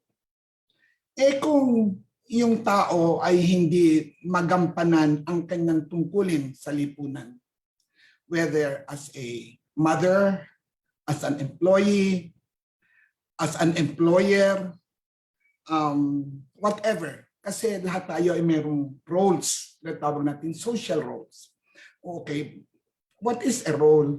A role is a position every person occupies in society, from which there are expected behaviors and activities. Yung ginagampanan natin sa lipunan na iba-ibang posisyon. Ako halimbawa ay isang anak, isang ina, isang kapatid, isang empleyado pa rin sapagkat ako'y madalas nabibigyan pa rin ng assignment ng ibang eskwela. Isa rin akong employer dahil meron din akong employee, may kasama sa bahay, okay. Pag ako nagkasakit sa ospital, I am a patient. So lahat yan ay social roles. And when you perform a role, merong opposite na ka-interact mo. Okay, so there is what we call a person-situation interaction. There is always an opposite side of it. Like if I'm a mother, there are my children. If I'm an employer, merong employee. etc. Okay, hindi ko pahabain kasi yung topic ko ngayon actually is a one semester course. So, ang resulta ng roles, yung pagganap mo ng iyong mga tungkulin sa lipunan ay tinatawag nating social functioning. Yung mga gawaing panlipunan na bawat tao ay kailangang gawin. Hindi mo maiiwasan yon. Pero hindi naman lahat ng tao ay may problema sa kanilang pagsagawa ng kanilang mga tungkulin. So pagka ganon, hindi yun darating sa atensyon ng social worker. Ngunit, alam natin, hindi maiiwasan, laging may tao sa lahat ng lugar, sa lahat ng panahon, na may problema o suliraning hindi nila kayang tugunang mag-isa. Kailangan ng outside help. There will always be people at all times everywhere with needs and problems beyond their own capacity for solution. At yung mga taong yon ang kailangan tulungan ng mga social worker. Ngayon, obvious yun, hindi ba, na hindi medical ang problema na dapat mong tulungan, hindi naman legal, hindi naman religious. Pero may mga iba rin tumutulong. Kung minsan madalas akong natatanong, ma'am, di ba may mga guidance counselor? Oo, pero ang guidance counselor ba gagawin yung mga ginagawa ng social worker? Bigyan ko ikaw ng maiksing halimbawa lang para malinaw sa atin yung intindi ng pag-intindi ng ibig sabihin ng social function, which is the focus or the job assignment of a social worker. Kung meron ka na isang empleyado, may isa kang kasama sa opisina, halimbawa administrative worker or utility worker, napansin mo na mukha siyang depressed, laging absent, dumarating hindi maayos ang pananamit, ang kanyang katawan, masyadong hindi palakibo, timid, withdrawn, hindi nakikipag-usap. Kakausapin mo siguro, tatanungin mo, may problema ba? Napansin ko parang may problema. So, anong gagawin mo? Kakausapin mo siya at siguro sasabihin niya, okay, meron ako dito palang ibinigay na PowerPoint, okay? Social functioning as the main concern and focus of social work. So there is the person and there is the situation in which that person is operating. So yung tao, okay, yung empleyado ngayon lang binibigay kong example, merong factor sa kanya, bakit siya ganon, na napansin mong may problema. So ano yung factors? Merong physical condition, baka meron siyang sakit na hindi niya sinasabi, hindi nadadala sa doktor. Meron siyang maling attitudes, values, may lack of knowledge, di ba? She's ignorant of many things. Maybe she did not even finish school. Kulang siya na experiences, etc. Ngayon sa kabila nun, she is a member of a family. Maybe she's married. Maybe she married at a very young age. She was unprepared for marriage. Maybe her husband is unemployed. Maybe she has several children that she can hardly take care of. Maybe there are no resources in the community. The husband is unemployed and has no access to resources, or even if there is access to resources, the resources are beyond his capacity. All right. So because of that, makikita mo ngayon doon sa empleyado mong babae na meron siyang problema. Yung problema niya, hindi yun pwedeng tugunan ng guidance counselor. Madalas nga yun, tinatanong ko, ma'am, meron daw ng issue tungkol sa counseling at ang paggamit nun sa social work.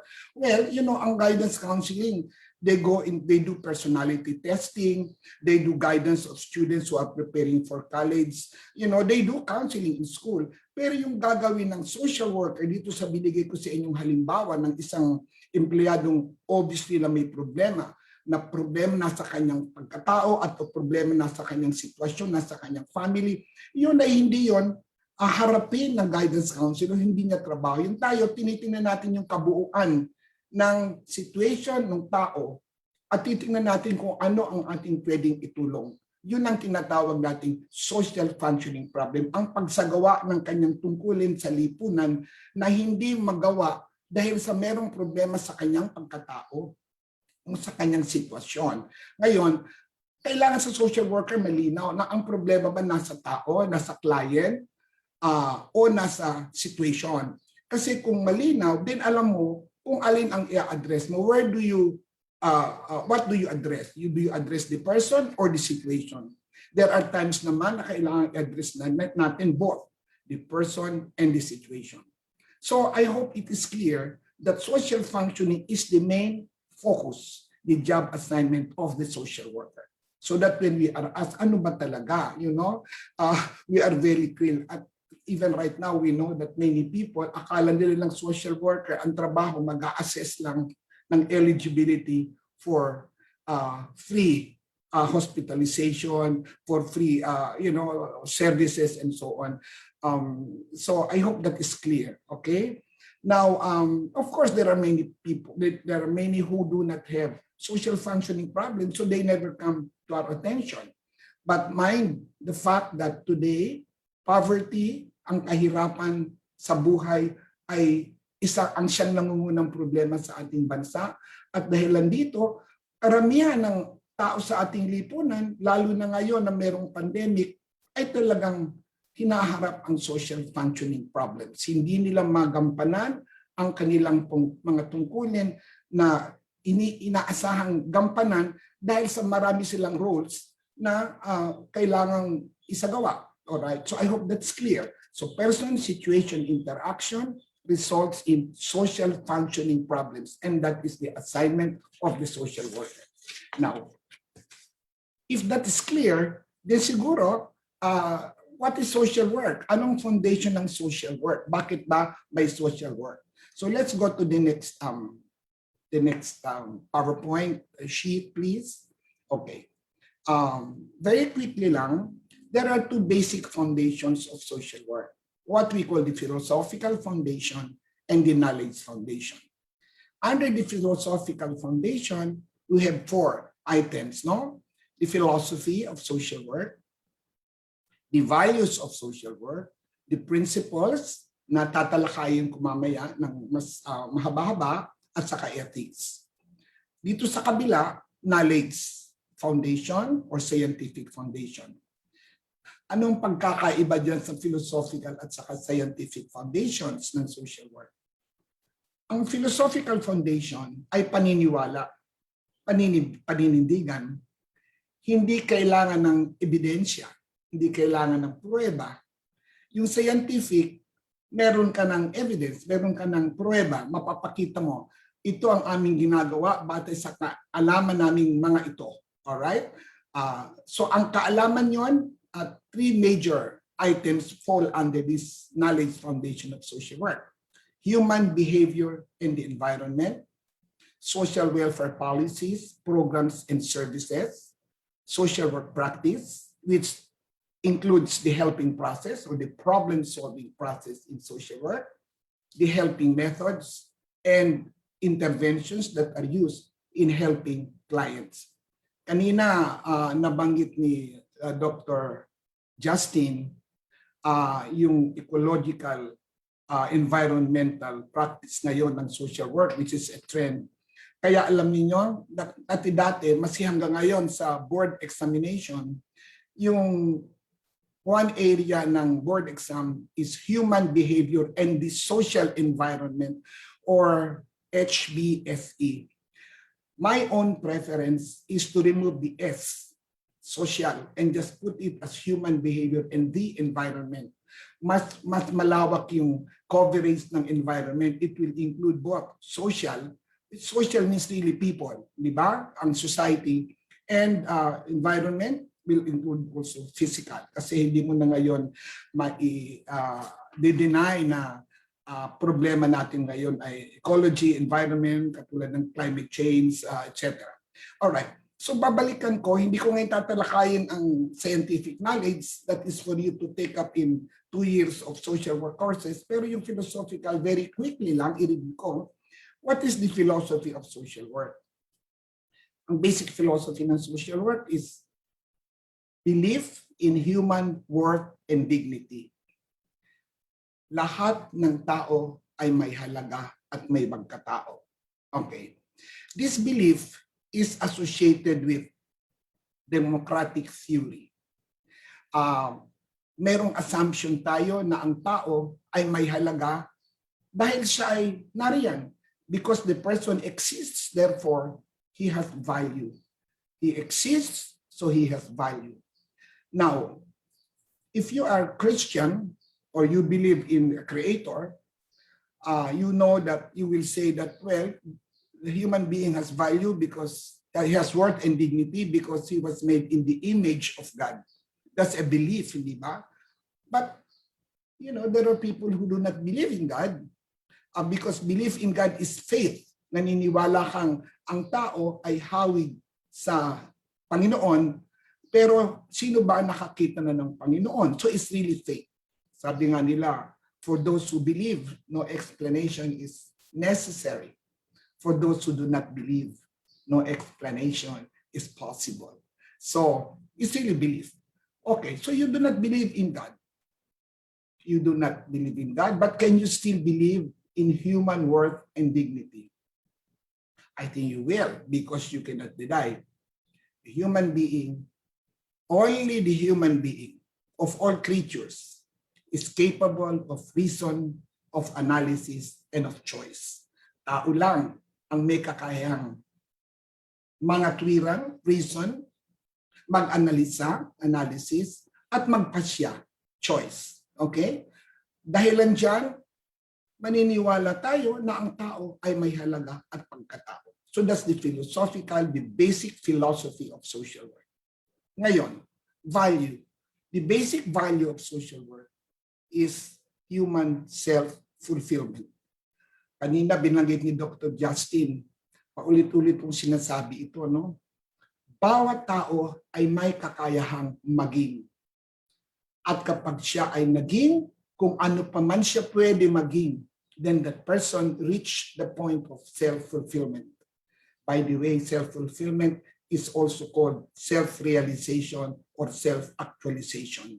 Yung maging ka kung ano ka pwede maging. Alright. Well, pwedeng maging, ngunit bakit hindi lang lahat ng tao ay nagiging? Kung pwede naman sila maging, kung ano pa man.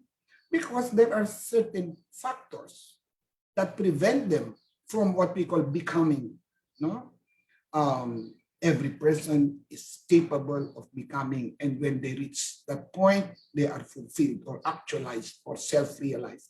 Because there are factors. Factors could be lack of knowledge, could be ignorance, could be limitations, physical, social, psychological, cultural, and many others that prevent them from self-realization. At yun nga ang trabaho ng social worker, to minimize, if not totally remove, all of those we call hindrances or impediments to self-realization. Now, in addition to the basic value of social work, which is self-fulfillment, meron din tayong ibang values pa. Halimbawa, we value human rights. We value social responsibility. Social responsibility has two edges. One is that every person has a responsibility to do everything he can so that he can have he can achieve well-being. All right. In the same way, society also has a social responsibility to enable its members to realize themselves, to help them so that they can become what they are capable of becoming. There's also the value of equal opportunities and so on. Okay? So I hope this is very clear that may obligation buhat yung tao at ang lipunan, para sa well-being ng tao. Okay. Now, yung pangatlong philosophical foundation, yung principles. Let me just skip that and go to ethics because I'm going to handle principles, more comprehensively in a little while. Ethics. Ethics is the compass that guides social workers in their practice, in their work with people. And ethics involves work not only with clients, it also involves their work with their agency, their co-workers, and with the public. So ano yun? These are the morals and conduct. It involves morals and conduct that are necessary for professional practice. These are ethical principles and rules that guide your work with people. There are two components of what we call professional ethics. One is the formal ethics, which is embodied in the code of ethics. The other one is the informal, or what is already given. Sabi nga nila, yung understood na hindi na kailangang sabihin pa, hindi na kailangang ituro pa, yun ang ibig nating sabihin ng informal ethics. You know, when you pass the board exam and you take your oath, you have the code of ethics of the professional association. Yung inyong code of ethics, pwedeng i-frame yun eh. Pero doon sa na-frame mo, ilagay mo sa iyong wall when you are working already as a social worker, hindi mo makikita yung mga katagang ang social worker ay hindi nag-uuwi ng mga material assistance intended for clients. Why? Because that's a given. It's understood that you do not do that. Hindi ba? Parang nakakahiya naman yata kung ilalagay mo pa yun sa sa wall mo, naka-frame pa yun, itong hindi mo dapat gawin. Okay. Now, ano ang sources ng ating pagsunod, whether it is formal or informal ethics? Well, meron tayong mga batas. Merong batas para sa mga government employees, you know, the Civil Service Commission can take a case against you for unethical and professional practice. There is also the Professional Regulatory Commission, the PRC. You can bring to its attention any unethical behavior or action by a social worker that you know about. Kaya lang siyempre may ebidensya ka. You do not just naman make up stories about somebody. You have to have evidence about this. Now, in addition to that, na malinaw na pwede mong gawin dahil merong formal basis, meron din tayong tinatawag na konsyensya. May conscience, you know what is right and what is wrong. You know, and you do not have to be told. So that's also part of what we call informal system of ethics. All right? So I hope that's clear. Feel free to ask me questions later about that. Now, puntahan ko lang yung principles. Principles of social work. I think we have 7 or 8. Depende ngayon sa pagsulat. Ang iba merong umaabot ng hanggang 10. Siguro talakayin ko ngayon mga 8. Okay. Number 1, acceptance. Number 2 is individualization. Then there is purposeful expression of feelings. Controlled emotional involvement. Ito pala, nasa ang galing. Okay, what's the 5th? What's the 5th? Number 5, the next one, please. Self-determination, non-judgmental attitude, confidentiality, self-awareness, and I think I have one more. Let's see. Wala na ba yan? 8 plus 8. All right. Okay. So let's go back to the first one. I think I will not want to read this. Maybe this can just be distributed, you know, to our social work students because we don't have that much time. Acceptance, okay? Accepting the client as he is, or, you know, as he is or who she is in her own reality. Person with dignity, with strengths and limitations. Ang keyword dito, the keyword, and this is also for those who are going to take the board exams. Ang keyword dito is reality. Nandun yung client, ano pa man siya. Whether you like what she's saying, you do not like it, there are negatives, there are positives about the client, whatever your feelings, you think the client is lying, is not being honest about, you know, telling you the story behind her problem. but that is her reality. There are reasons why she is like that or he is like that. So the key word for the principle of acceptance is reality. Tanggapin mo yung client na ganoon siya. Okay? Second, individualization. No two persons are alike. So ano ang essence nitong principle na to? Uniqueness. Walang taong magkatulad. Sabi nga nila, every person is in certain respects like all other persons. Ako ay katulad at lahat ng tao sa mundo except for some exceptions. Lahat tayo, 10 ang ating daliri. May mata, may tenga. Pero alam natin, may tao rin naman na 11 daliri, hindi ba? So, individualization means that you respect the differences of people. No two persons are alike. So I repeat that. Ganda kasing sabihin.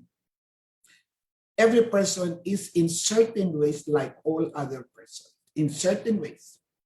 And every person is in certain ways like some other persons. Like some others, katulad ko ang mga iba riyan. Hindi lahat ay katulad ko. Hindi lahat ng tao ay isang ina. Hindi lahat ng tao ay maputi. Hindi lahat ng tao ay mabait. Hindi lahat ng tao ay lola. Hindi lahat ng tao ay nakatapos ng pag-aaral. So not every person is in certain ways like some other persons. But the most important thing we should remember is every person is like no other person. Nag-iisa ako, walang katulad ko. Ibang-iba, ibang pananaw ko sa buhay, iba ang aking naging karanasan, etc. Okay? So the essence of the principle of individualization is uniqueness. All right? Okay. Third, the purposeful expression of feelings. When you do social work, we should be guided by the principle of purposeful expression. In other words, yung kliyente, pagkat ini-interview mo, tinatanong mo, may dahilan bakit ka nagtatanong ng ganong katanungan. Okay? Hindi lang basta usyoso ka lang kasi gusto mo lang malaman kung ano.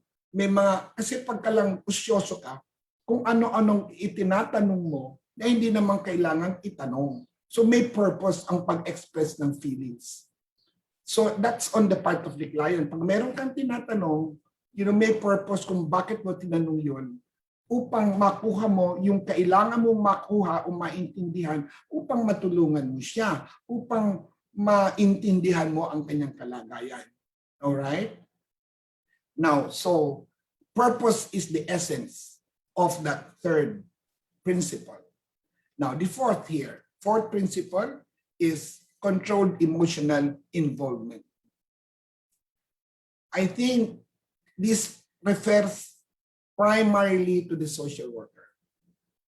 The social worker tries to understand the client's feelings and emotions but does not get emotionally involved in the client's problems, does not over-identify with the client. In other words, kailangan ang social worker ay in control. Hindi maiiwasan na kung minsan may mga kliyenteng gusto natin malambot ang ating kalooban. We like the client, we have some nice feelings. Meron namang ibang client na negative agad, kung minsan nakita mo pa lang parang hindi mo gusto, parang hindi mo kung minsan we are sapagkat sabi nga sapagkat tayo tao lamang. So hindi mo gusto yung kanyang mukha. Maybe meron tayong transference, the client's face or expression reminds you of somebody in your past na meron kang negative experiences. Kaya nagta-transfer doon yung hostility mo that actually is intended to the other person. Okay. So you control your emotional involvement. You do not over-identify with the client, even if you have been through the same experience. Okay? So you are in control always of your emotions. Okay, next. Self-determination. Self-determination means that the client has the right to make his own decisions. Now, of course, may limitation din naman ito. Hindi lahat ng client ay pwedeng magpasya. Merong mga taong walang kakayahang magpasya. You have clients who have a mental disability, born or develop na lang at na-acquire. So hindi nila kayang magpasya, so tutulungan mo. Ngunit, given the regular situation, you working with the client naman, pwedeng mag-decide. Let the client decide. But you also guide decision making. Siguro yun lang self-determination. Meron din naman tayong dapat isipin doon na sa ating culture, sa Filipino way, hindi sa katulad ng ibang bansa na pag sinabi mong sa client, Aling Nena, ano ang decision ninyo? Sa dami na ninyong enak, sabi ninyo, ayaw nyo ng madagdagan. Anong gusto nyo ngayon gawin? Sabi ng client, ma'am, sabi niya, magpapatali na lang po ako, magpapatali.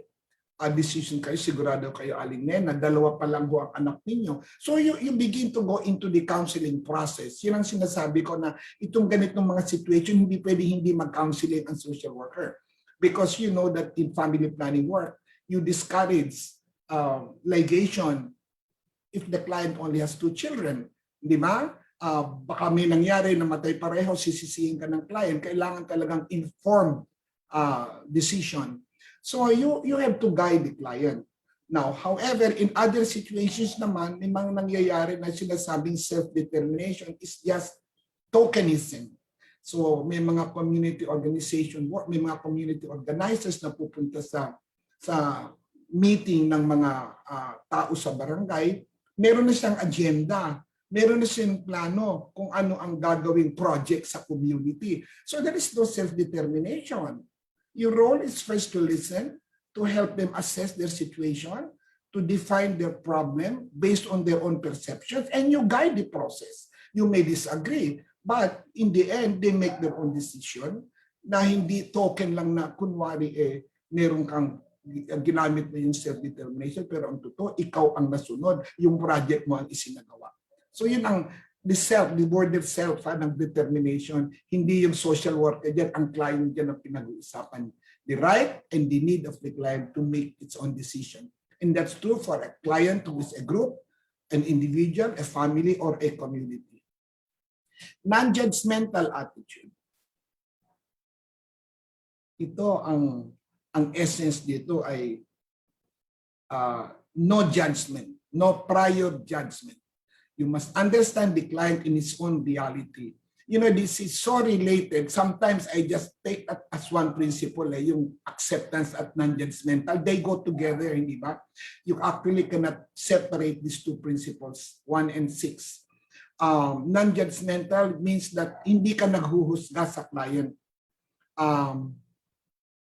You know, I have yung concept, gusto ko yung concept ni Dr. Justine, creativity among social workers.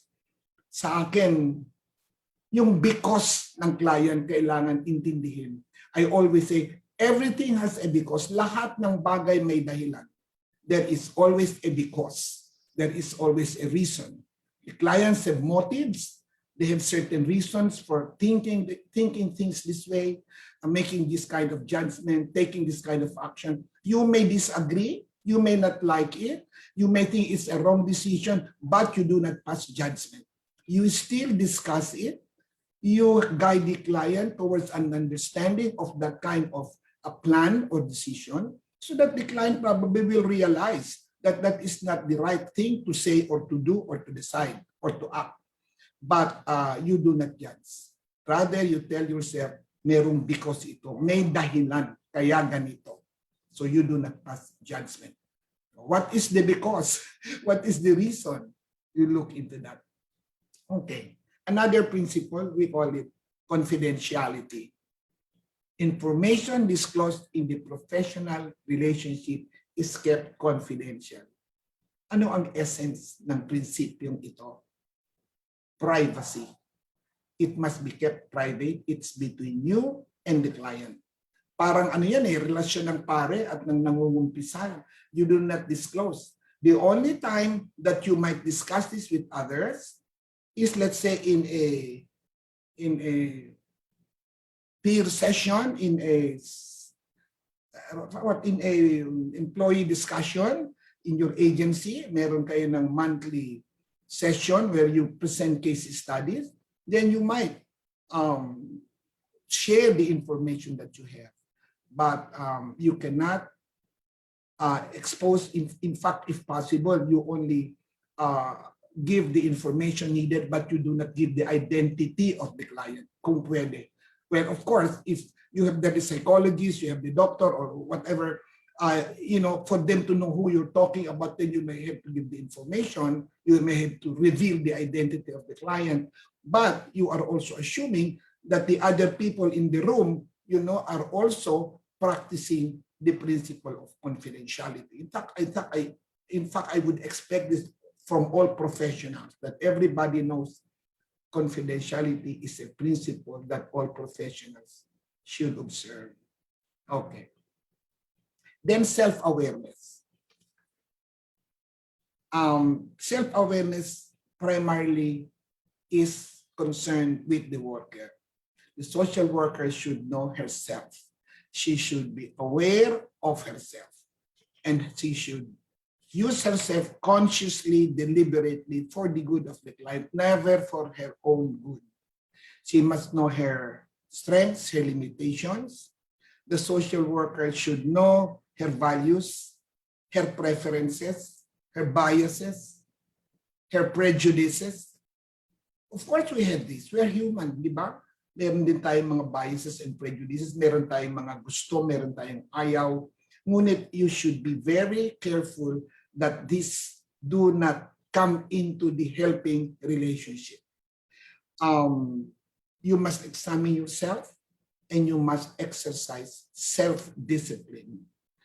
Know your own values. You might, minsan ayaw natin ng mga unwed mothers. Some social workers do not like homosexuals.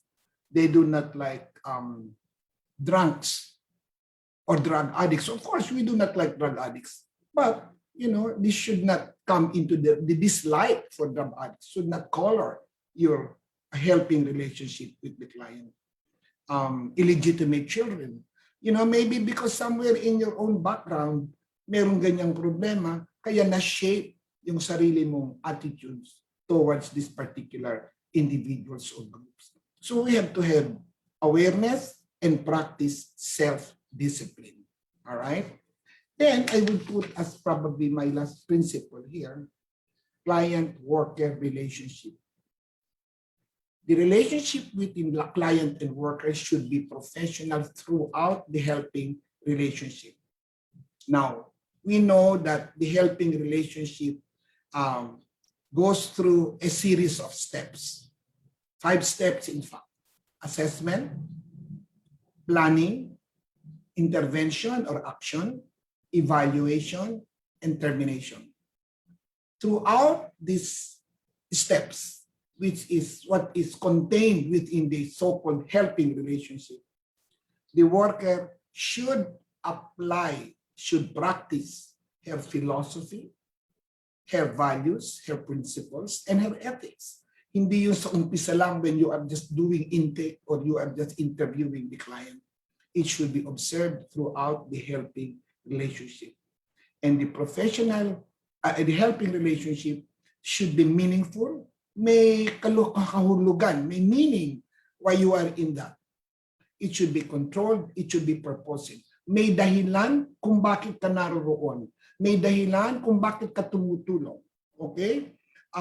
At saka meron din ng dapat malinaw na expectations from both sides. In fact, for some time already, they've in practice, in social practice, the concept of contracting with the client has been, quite popular. What is that? It's a contract. In other words, pwede mong isulat o pwedeng verbal lang, meron kayong agreement ng contract ng client. Anong expectations from the client? You expect the client to observe the rules that you have set for yourselves. You expect the client to come, and be present and not come only at will. You expect the client to show respect for the worker. You expect the client to, to cooperate, in the work that is being done. And what are also the expectations from the worker? The worker should also write down what the client can expect from her. So yung malinaw that the client-worker relationship is professional throughout the helping process. Okay? So yun ang aking masasabi tungkol sa philosophical foundation of social work. I hope that we will observe this throughout. Yung knowledge foundation that would be that should be taken up, more comprehensively kasi maraming nilalaman yun. And mind you, yung tatlong yan ang areas ng board exams. Okay? Talagang paghahandaan ninyo at iintindihin mabuti ano yung knowledge foundation. Okay, siguro tatapusin ko doon at pababayaan ko kayong magtanong because I can be here all day talking about these things. So, salamat.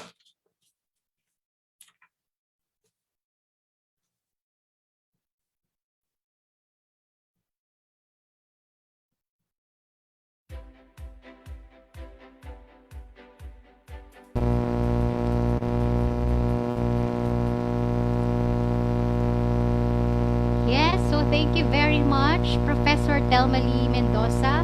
Partner Christian, na-inspired ka na bang mag-social work?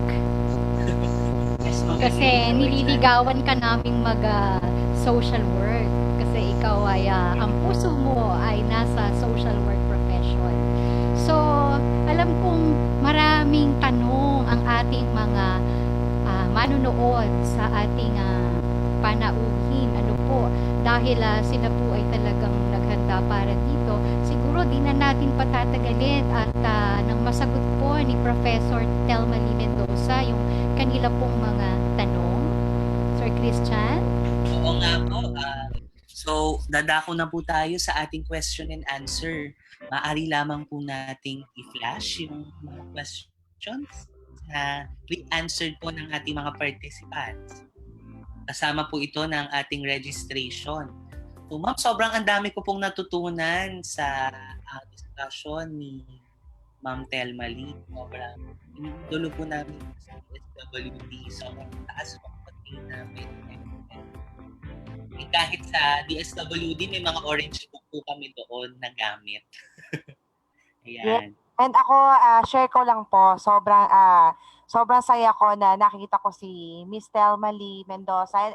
Dati-rate sa orange book ko lang nahahawakan si Ma'am Thelma Lee Mendoza. Pero ngayon, nakikita ko na siya ng malapitan.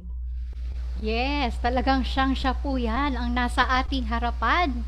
Hindi po tayo nananaginip that we have here with us the godmother of social work.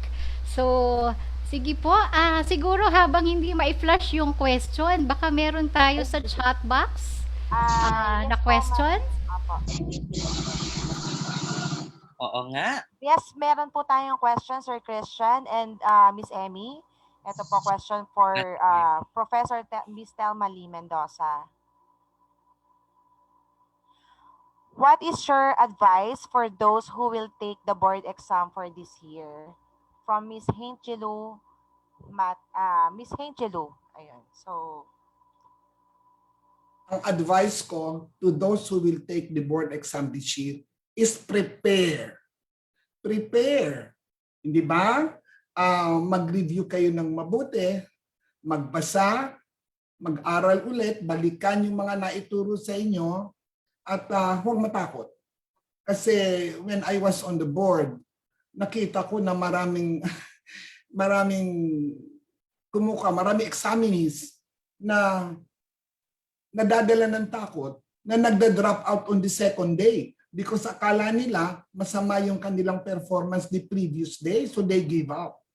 So, why give up? Tapusin mo na dahil malalaman, nag-give up ka whether you give up on the first day or on the third day. If you fail, they will not know that you gave up on the first day. Malay mo, baka naman maswertihan mo if you do not give up, pumasa ka, hindi ba? So, anong natanong ko, anong advice? Be prepared. Mag-aral lang mabuti. And in fact, yun din ang advice ko sa mga nag-aaral pa ngayon na hindi pa kukuha ng board exam. Do not take the attitude, social work lang. Meron ako kasi narinig na gano'n sa ibang estudyante, social work lang.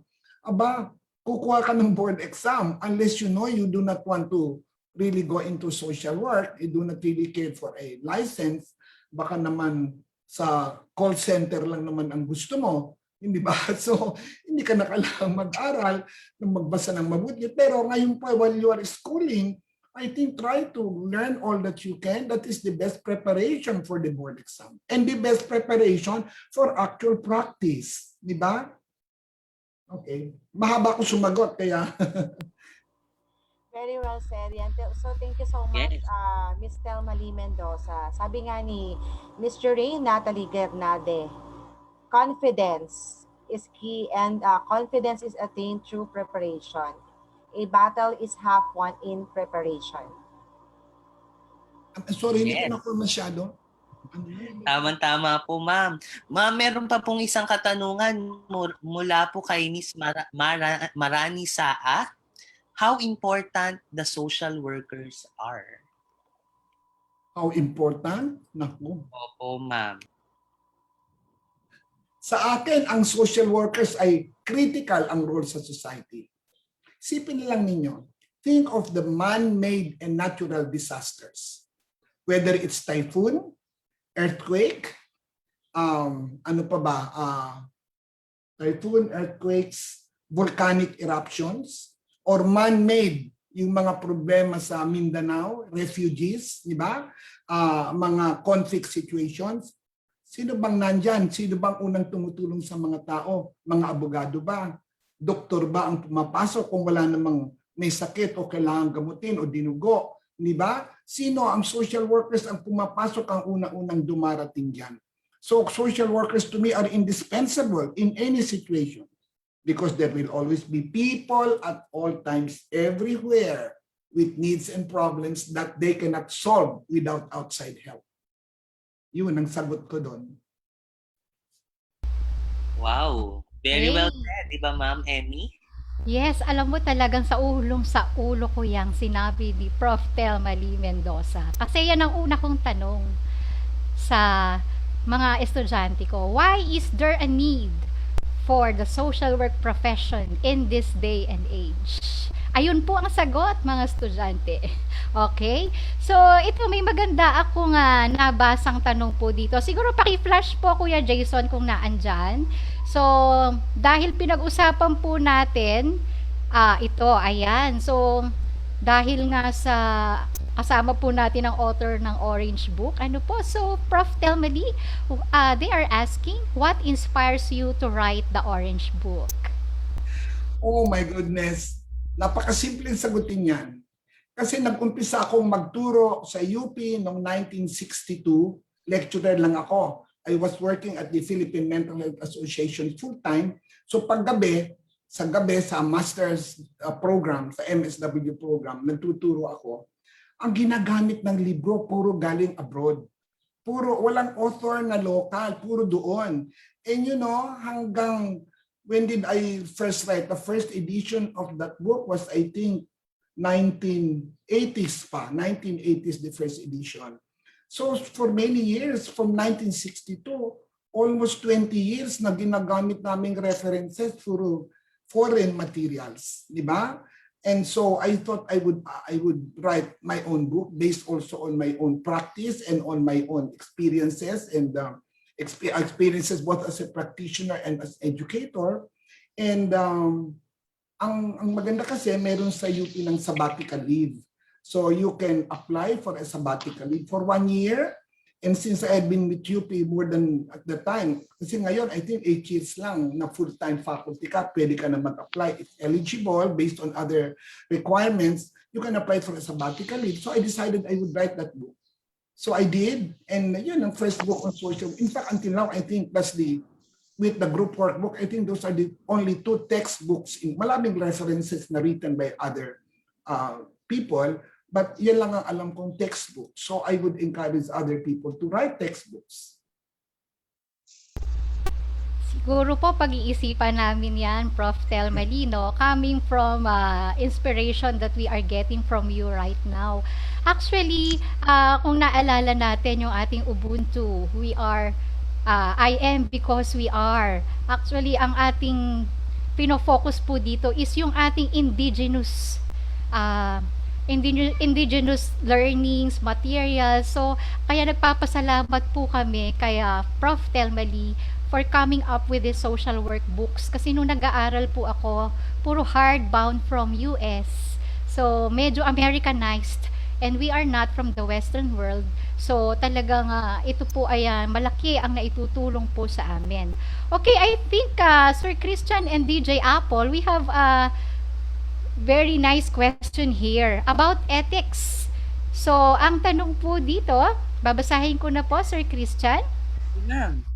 Okay, have you ever been faced an ethical conflict in your experience as a social worker, and how did you handle the situation? Yes, ethics means the right and wrong, hindi ba? Principles that guide us in our practice. Ang naaalala ko, isang simple situation when I was working at the Philippine Mental Health Association. Merong eligibility requirement doon na kailangan ang client, ang family should be earning, even I was in PMHA early 1960s. Okay, tagal na, no? And meron doon ang baba ng, hindi ko na maalala kung magkano, that the family should not have an income more than this. Okay, so hindi ko na maalala, halimbawa sabihin mo 1,000 pesos a month. Okay? 1,000 pesos a month. Pero walang, nung araw, ganon, that's what. That's 60 years ago, or 50 years, more than 50 years ago. So, 1,000 a month, if you have 5 children, your wife and your mother or your brother and sister, they're all living with you, how can you live on 1,000 a month? Pero kailangan pag 1,000, I'm presenting. Pag more than 1,000 a month ang income sa family, hindi ka na pwedeng eligible for the service of Philippine Mental Health Association.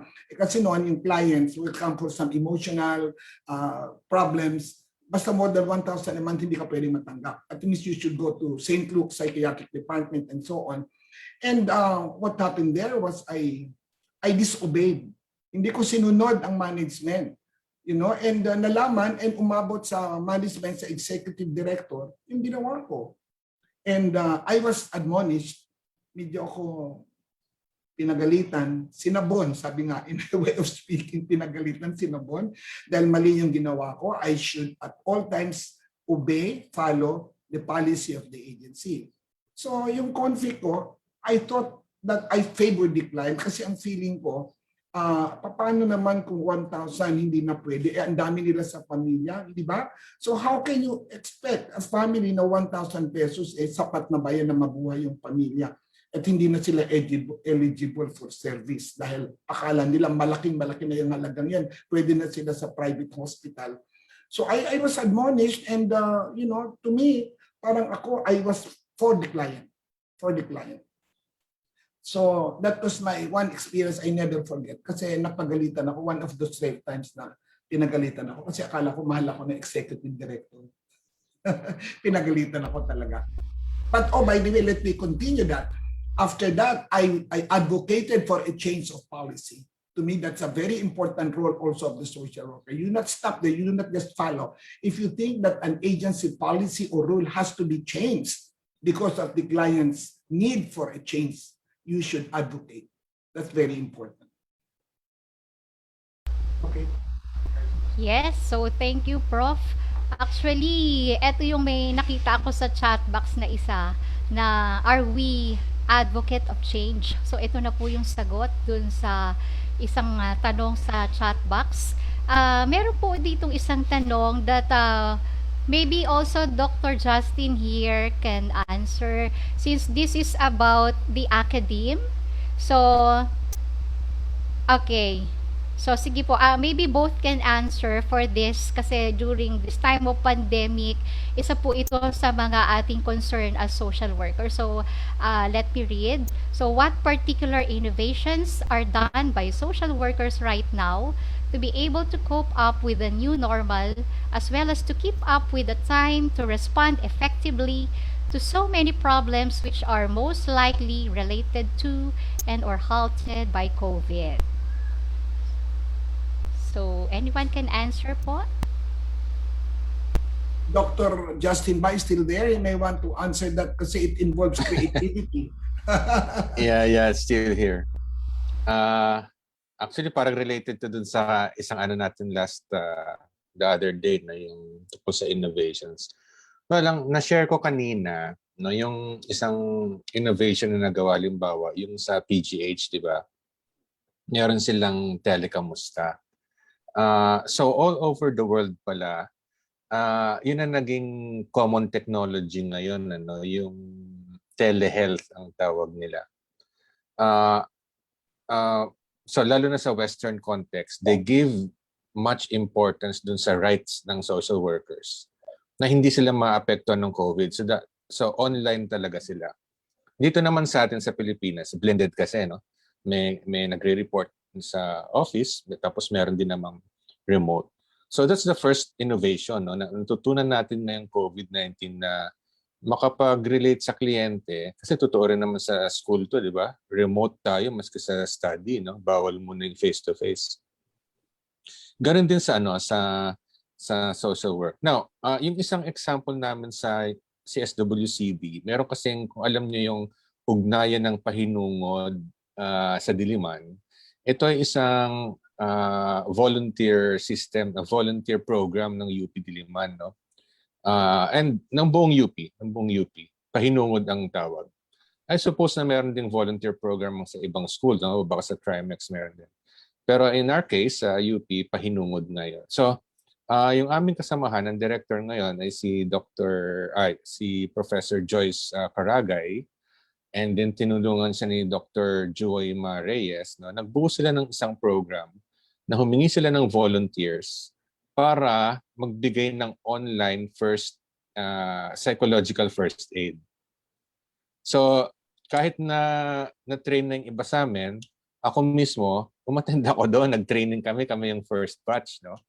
So, siguro matutuwa kayo dito, no? Ang tawag namin sa humihingi ng tulong, seeker.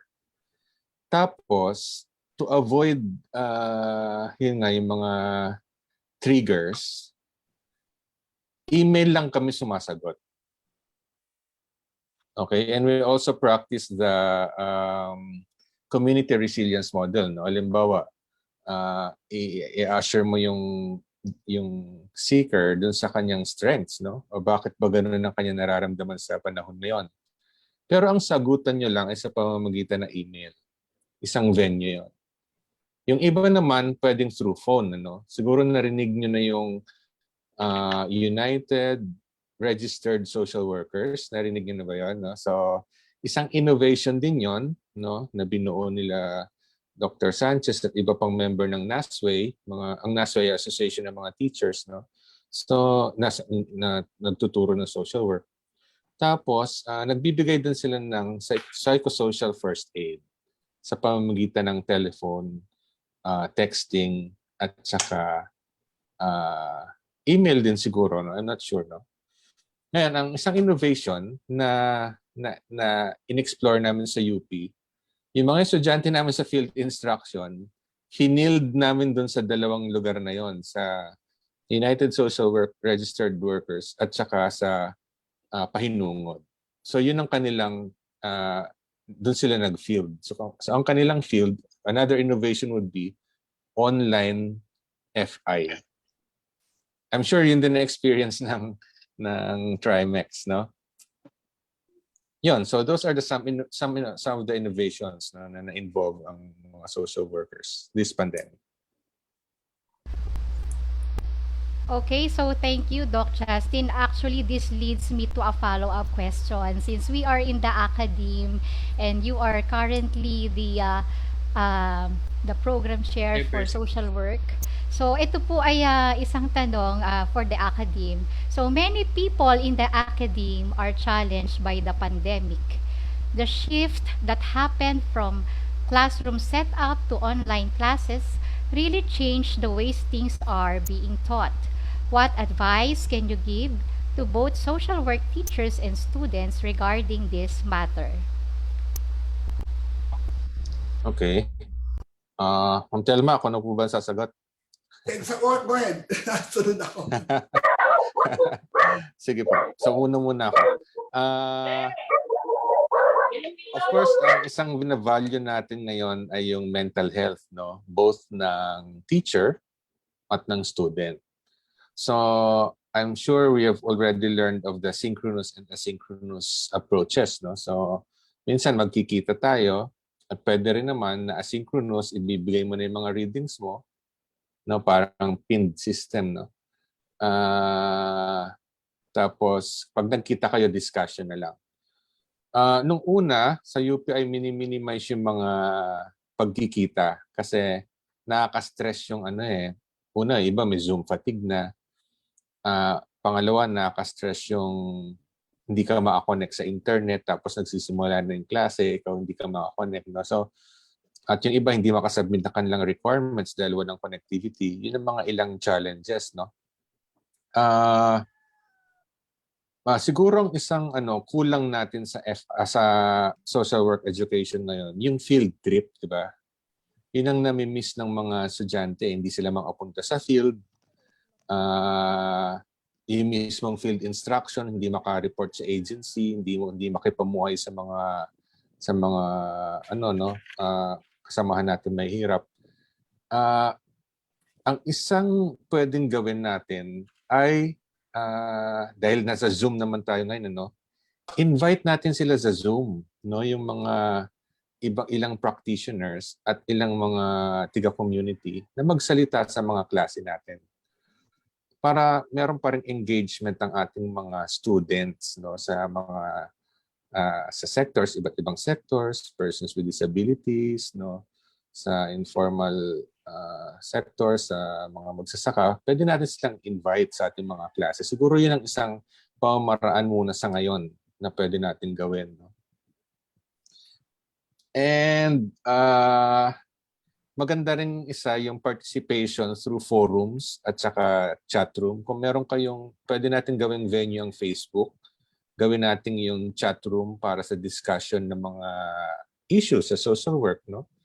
So, imbis na nagchichismisan lang tayo sa Facebook, pwede rin natin gamitin minsan yun na venue for discussion. Siguro yun munang dalawang yun. No? Marami pa pero kulang oras natin. Okay, so yeah, actually, si Thelma. Dami pa pong tanong. Ayun, yes po. Yes po. Yun lang akong idadagdag. I appreciate and I like very much the ideas in-expressed ni Dr. Justine dahil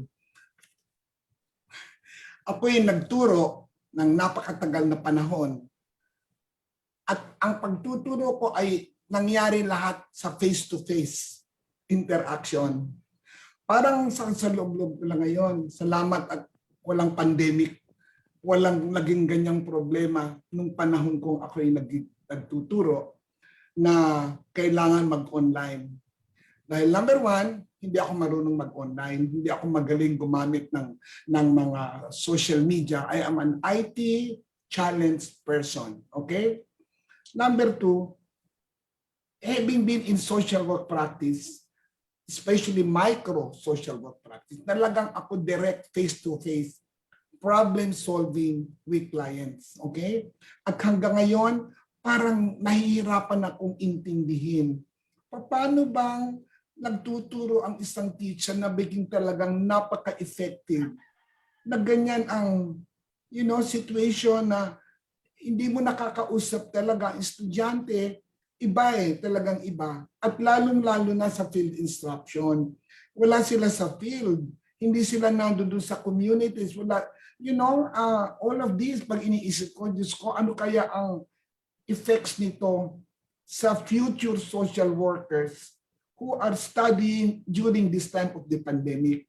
If you are just a first year student, maybe okay kasi pagdating ng, let's say, next year, 2022, baka wala ng pandemic. So pagdating ng nagme-major ka na in social work, face-to-face na at may field instruction ka na, talagang sa field ka na.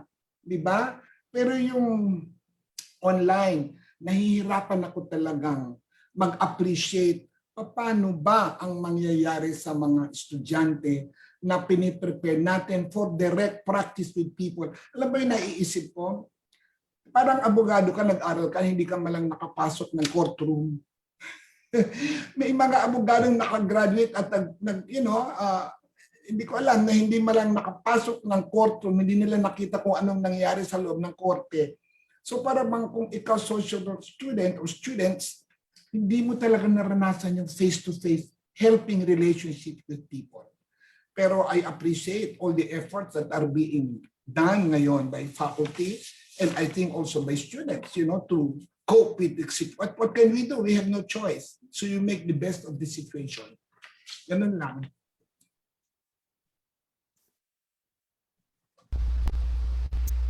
Yes, actually, Prof, may sasabihin si Sir Christian, mag-enroll na daw siya ng social work. Sir Christian, asan ka ba? Nandito po ako, ma'am. Ayan.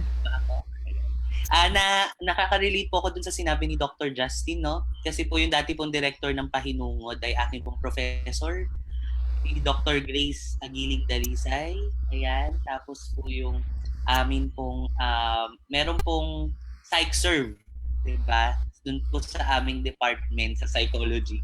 So, I think sa partner po yun. Pati po yung URSW, diba? Sobrang laki pong tulong din.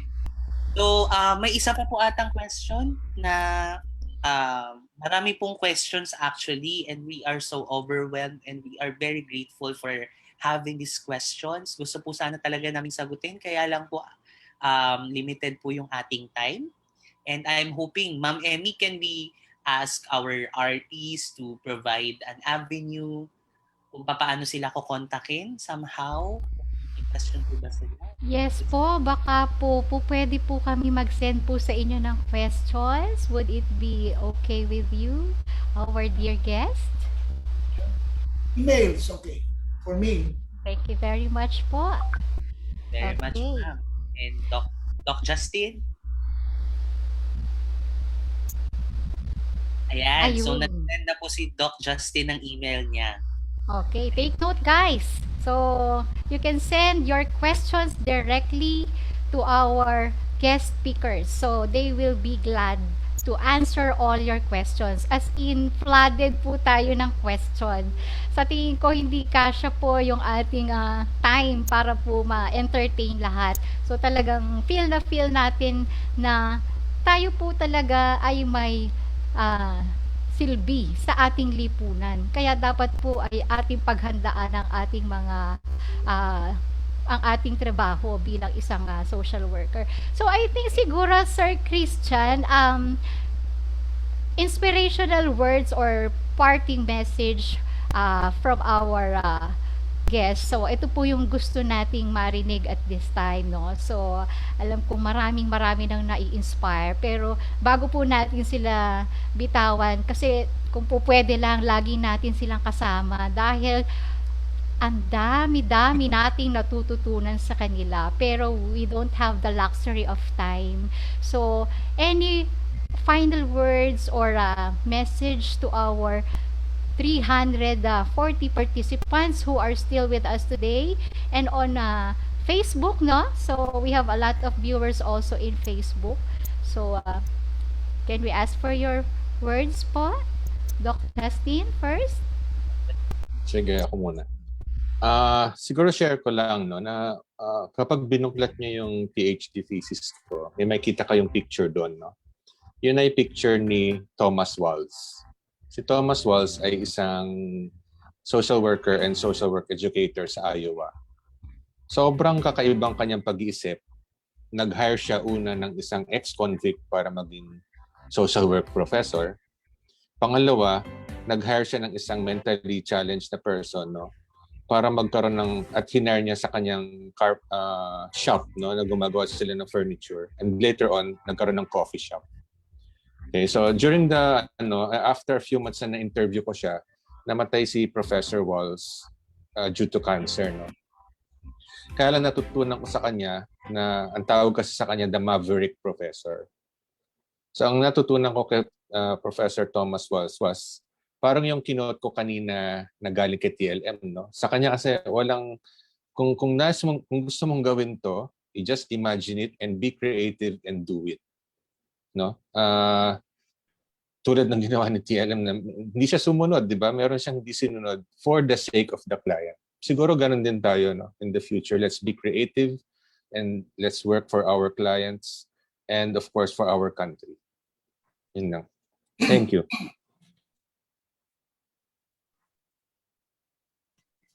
Ma'am Thelma? Okay. Alam nyo, nung ako ay nagdesisyon na maging social worker, wala akong mga ini-imagine o nagkaroon ng delusion na I'm going to change society. Alam ko na merong mga ibang ganon na yung advocacy nila ang lalaki para mabago ang lipunan. Wala akong ganon. Ang pangarap ko nung ako'y bata pa ay makagraduate ng college, magtrabaho sa social worker, maging mahusay na social worker upang kumita ng sapat, upang magkaroon ng maganda namang quality of life. Hindi upang baguhin ang society. Ngunit later on, in my adult years, na-realize ko na pag meron ka naman ng okay ng quality of life, hindi naman pwedeng sarili mo na lang ang iyong iniisip. Kailangan meron ka rin naman ginagawa para sa lipunan, para sa ikabubuti ng bansa. At naging guide ko din naman yung katagang sinabi ni Jose Rizal. I have here on my glass top that I hope you will allow me to quote. Sabi ni Dr. Jose Rizal noong 1891, "Don't you realize that it is a useless life which is not consecrated to a great idea? It is a stone wasted in the fields without becoming a part of any edifice. Our beloved, though yagit na bansa, the Philippines, is the edifice to which each of us must also put a stone. So if each one of us will put a stone, I think we can help build that edifice." Yun lang. Bawat isa sa atin in our own small ways makakatulong. Siguro sapat na yun na inspirasyon. Okay? So salamat. Alright. So marami po tayong natutunan. Marami pong salamat sa ating magagaling na resource person at sa ating pong mga experience talaga. Sobrang natutuwa po ako. No? Ikaw ba, Ma'am Emmy? At DJ Apple, marami po ba kayong natutunan sa ating webinar? Marami po. Sobrang dami ko pong natutunan, lalo't nasa first year pa lang po ako. So, sa mga lessons na binibigay po ng aming teacher sa Orange Book, sa lahat-lahat, dagdag kaalaman po yun para sa isang kagaya ko po na first year. At ako naman, partner Sir Christian, bilang isang social work educator, mas marami pa akong mai-impart ngayon sa ating mga students ng social work. At sa totoo lang, napakaraming iniisip ko ngayon kung ano pa yung mga po pwede nating gawin. So siguro po medyo overtime na tayo kahit gusto pa natin, pero kailangan po nating siguro bigay na po natin ang pagkakataon na po ito to thank our dear speakers, so Sir Christian and DJ Apple. Okay.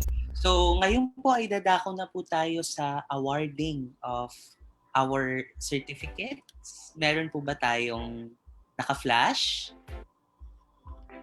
Ayan. So, we would like to read the certificate. Yan. Certificate of Appreciation is awarded to Dr. Justine Francis Leon V, Nicolas, for his support and valuable contribution as a resource speaker during World Social Work Day 2021 Singapore Symposium with the theme Social Workers Are Essential. Ayan, held on March 28, 2021 via Zoom at Trimex Colleges, Binyan City, Laguna. Given this, okay, so ayan, signed Rito Camila, Doctor of Education, Vice President for Academic and Student Affairs. So thank you very much, Dr. Justine, for gracing us with your presence. So for the next certificate, ayan, Ma'am Emmy will read the citation. Sorry, sir, medyo malabo po yung screen ko. Okay. Will you do Sige, the honor, ma'am. please? Thank Okay. you. So, Certificate of Appreciation is awarded to Professor Thelma Lee Mendoza for her distinct support, and valuable contribution as a resource speaker during World Social Work Day 2021 Symposium with the theme Social Workers Are Essentials. Ayan. Via Zoom at Trimex Colleges, Binyan City, Laguna, given this 28th day of March 2021. Signed, Dr. Rito Camigla, Vice President for Academic and Student Affairs. Ayan, maraming pong salamat. Can we give a hand to our godmother, Professor Thelma Lee Mendoza? Ayan, palakpakan po natin si ma'am. Ayan, with our reactions. Ayan po, click niyo po yung reactions. Ayan, clap. Ayan, yes. Siguro, bago natin makalimutan, since this is a historic event, so I'm sure gustong-gusto po ng mga participants natin to have a picture with our dear guest. So, can we request the participants to please turn on your To open your video, camera. your camera? For our picture taking. Ayan, for our picture taking, maybe our tech, yan. Our technical will be... Ayan.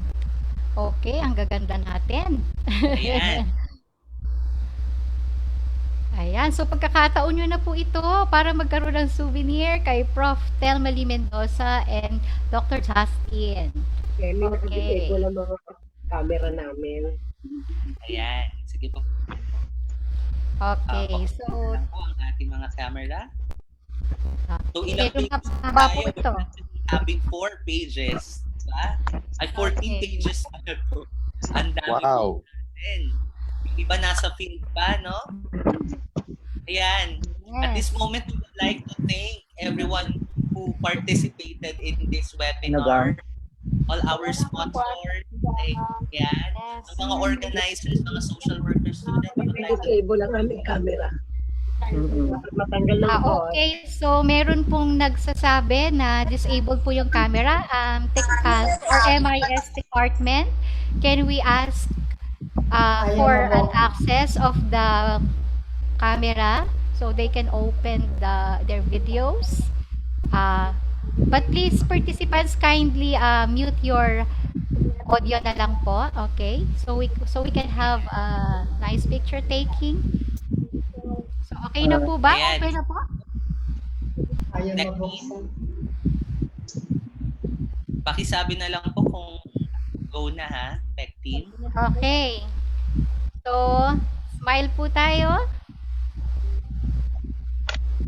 Okay.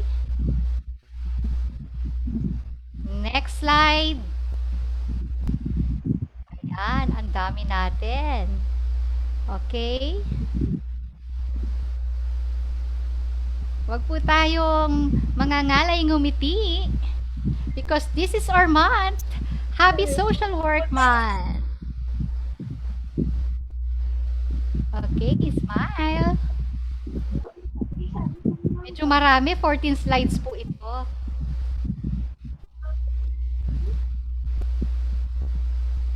Okay, nasaan na po yung mga nagpipicture?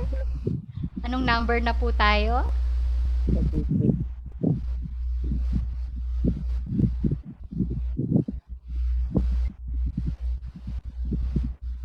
Nasa kalahati na po ako.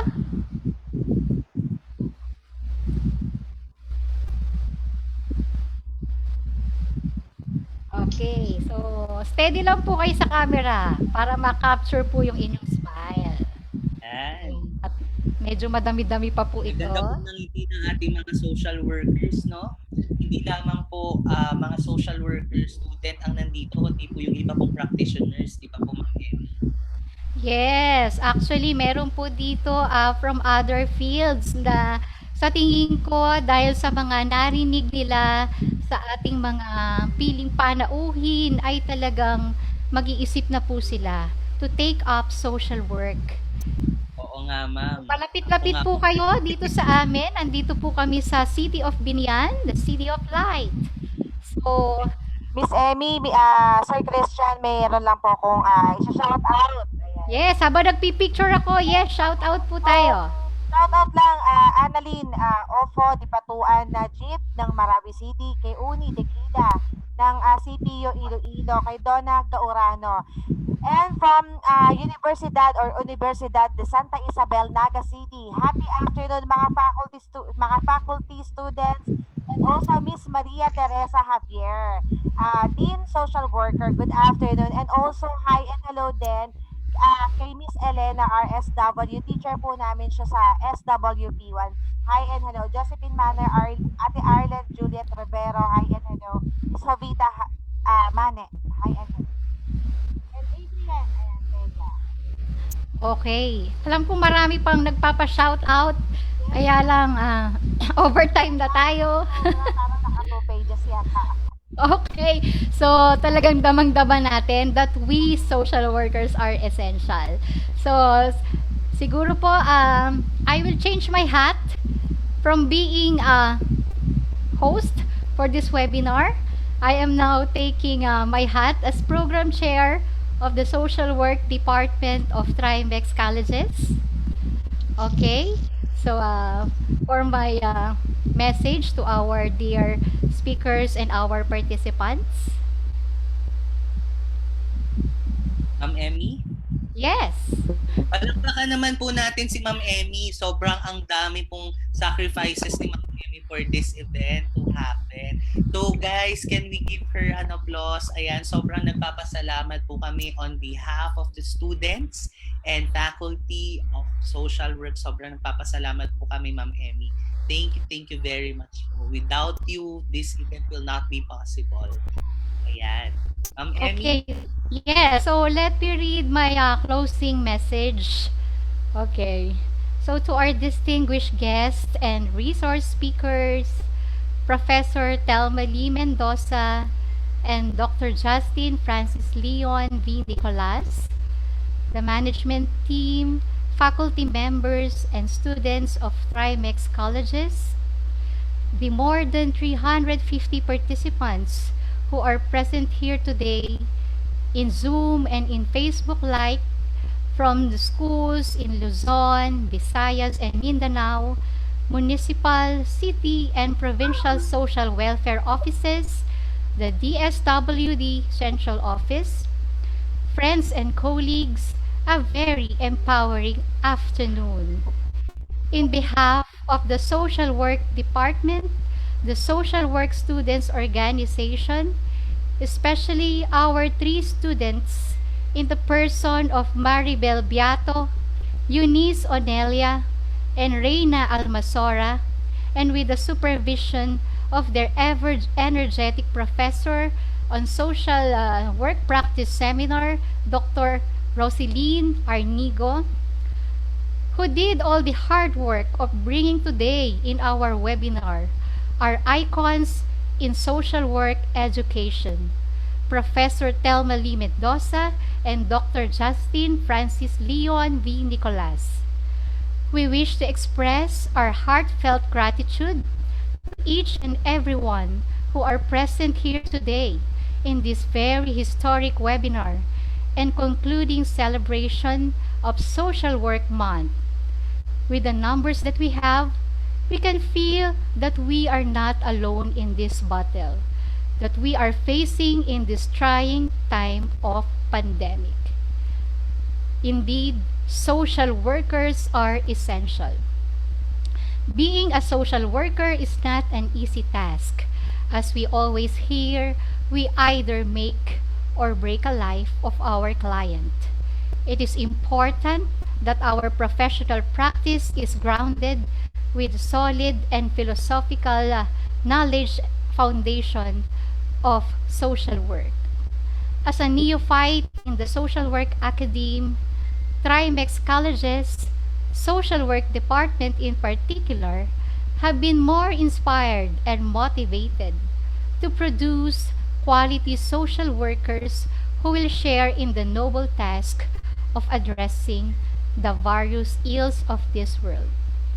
Thank you very much, most especially to the management of Trimex colleges for the opportunity that you have given to us, to Dr. Rito Camigla, the Vice President for Academic Affairs of Trimex colleges, and our Chief Operating Officer, Ma'am Rachel Cruz.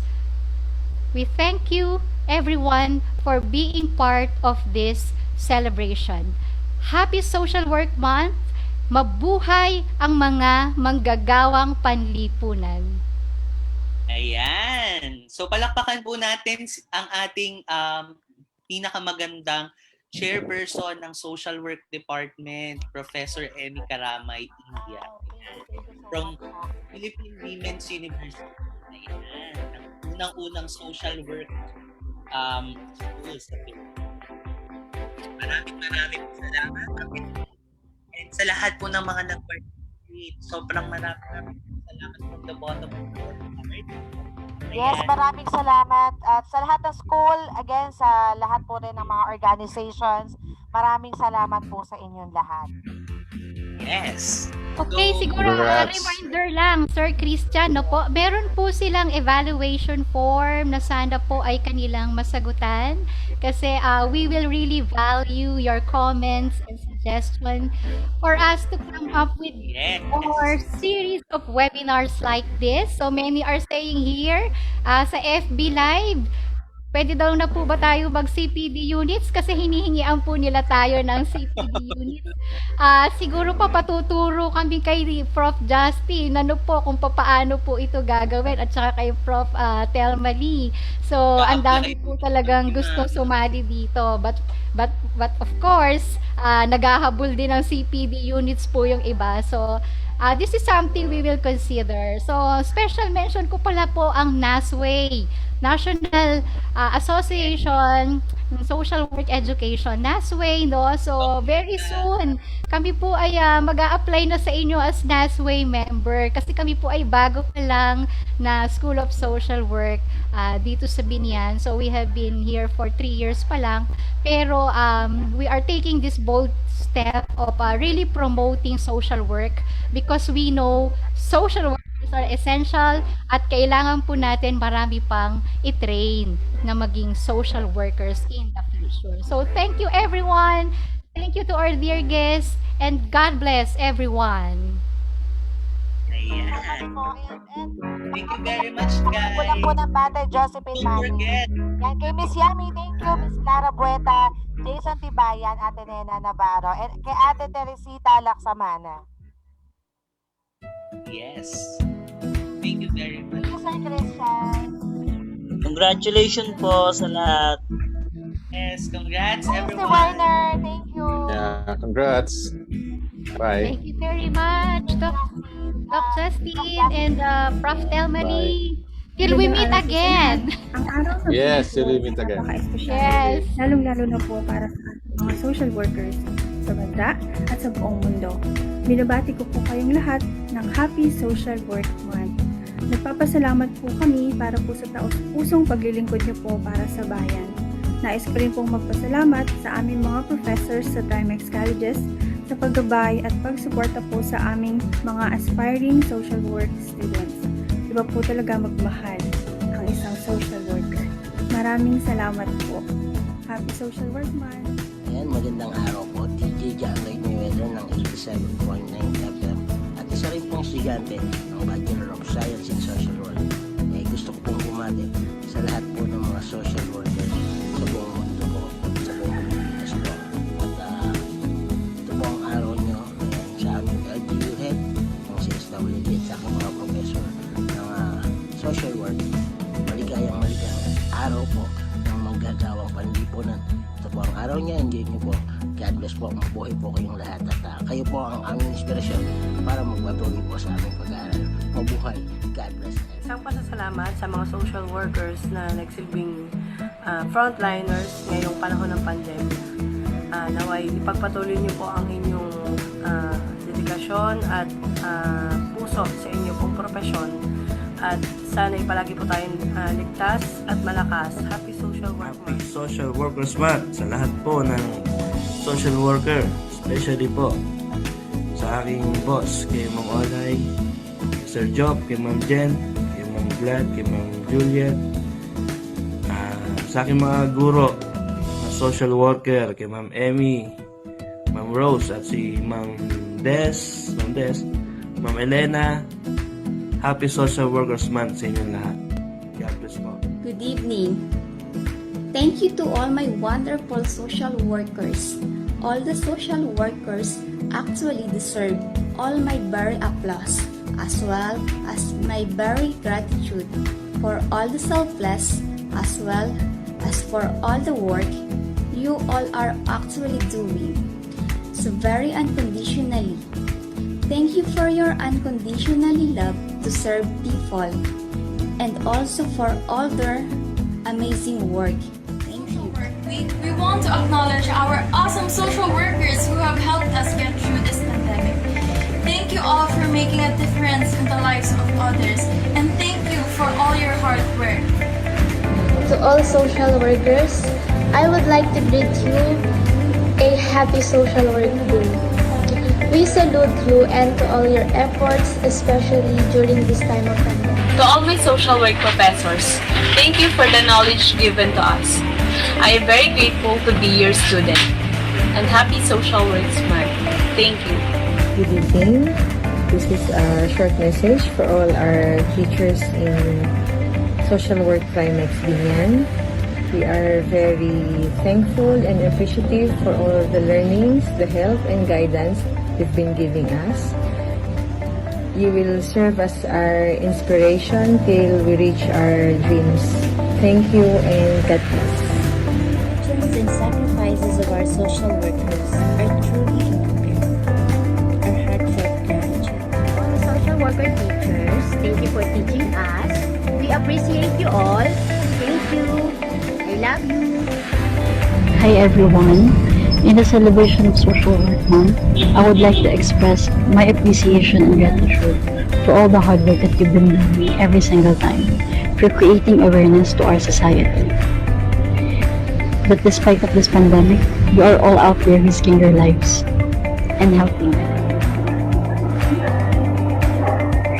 Dear teachers, you've been so much more than a teacher for us, and you've been our mentor, our guide, and our support. And I know that your job is stressful, the hours are long, but you are always kind and understanding. And I want you to know, teachers, that I am grateful to have been taught by such an admirable person at sa aming pangalawang magulang. Teachers, love you po at maraming salamat po sa lahat ng kabutihan at aral na ibinigay po ninyo para sa amin. That all we wanted to say is We appreciate you all.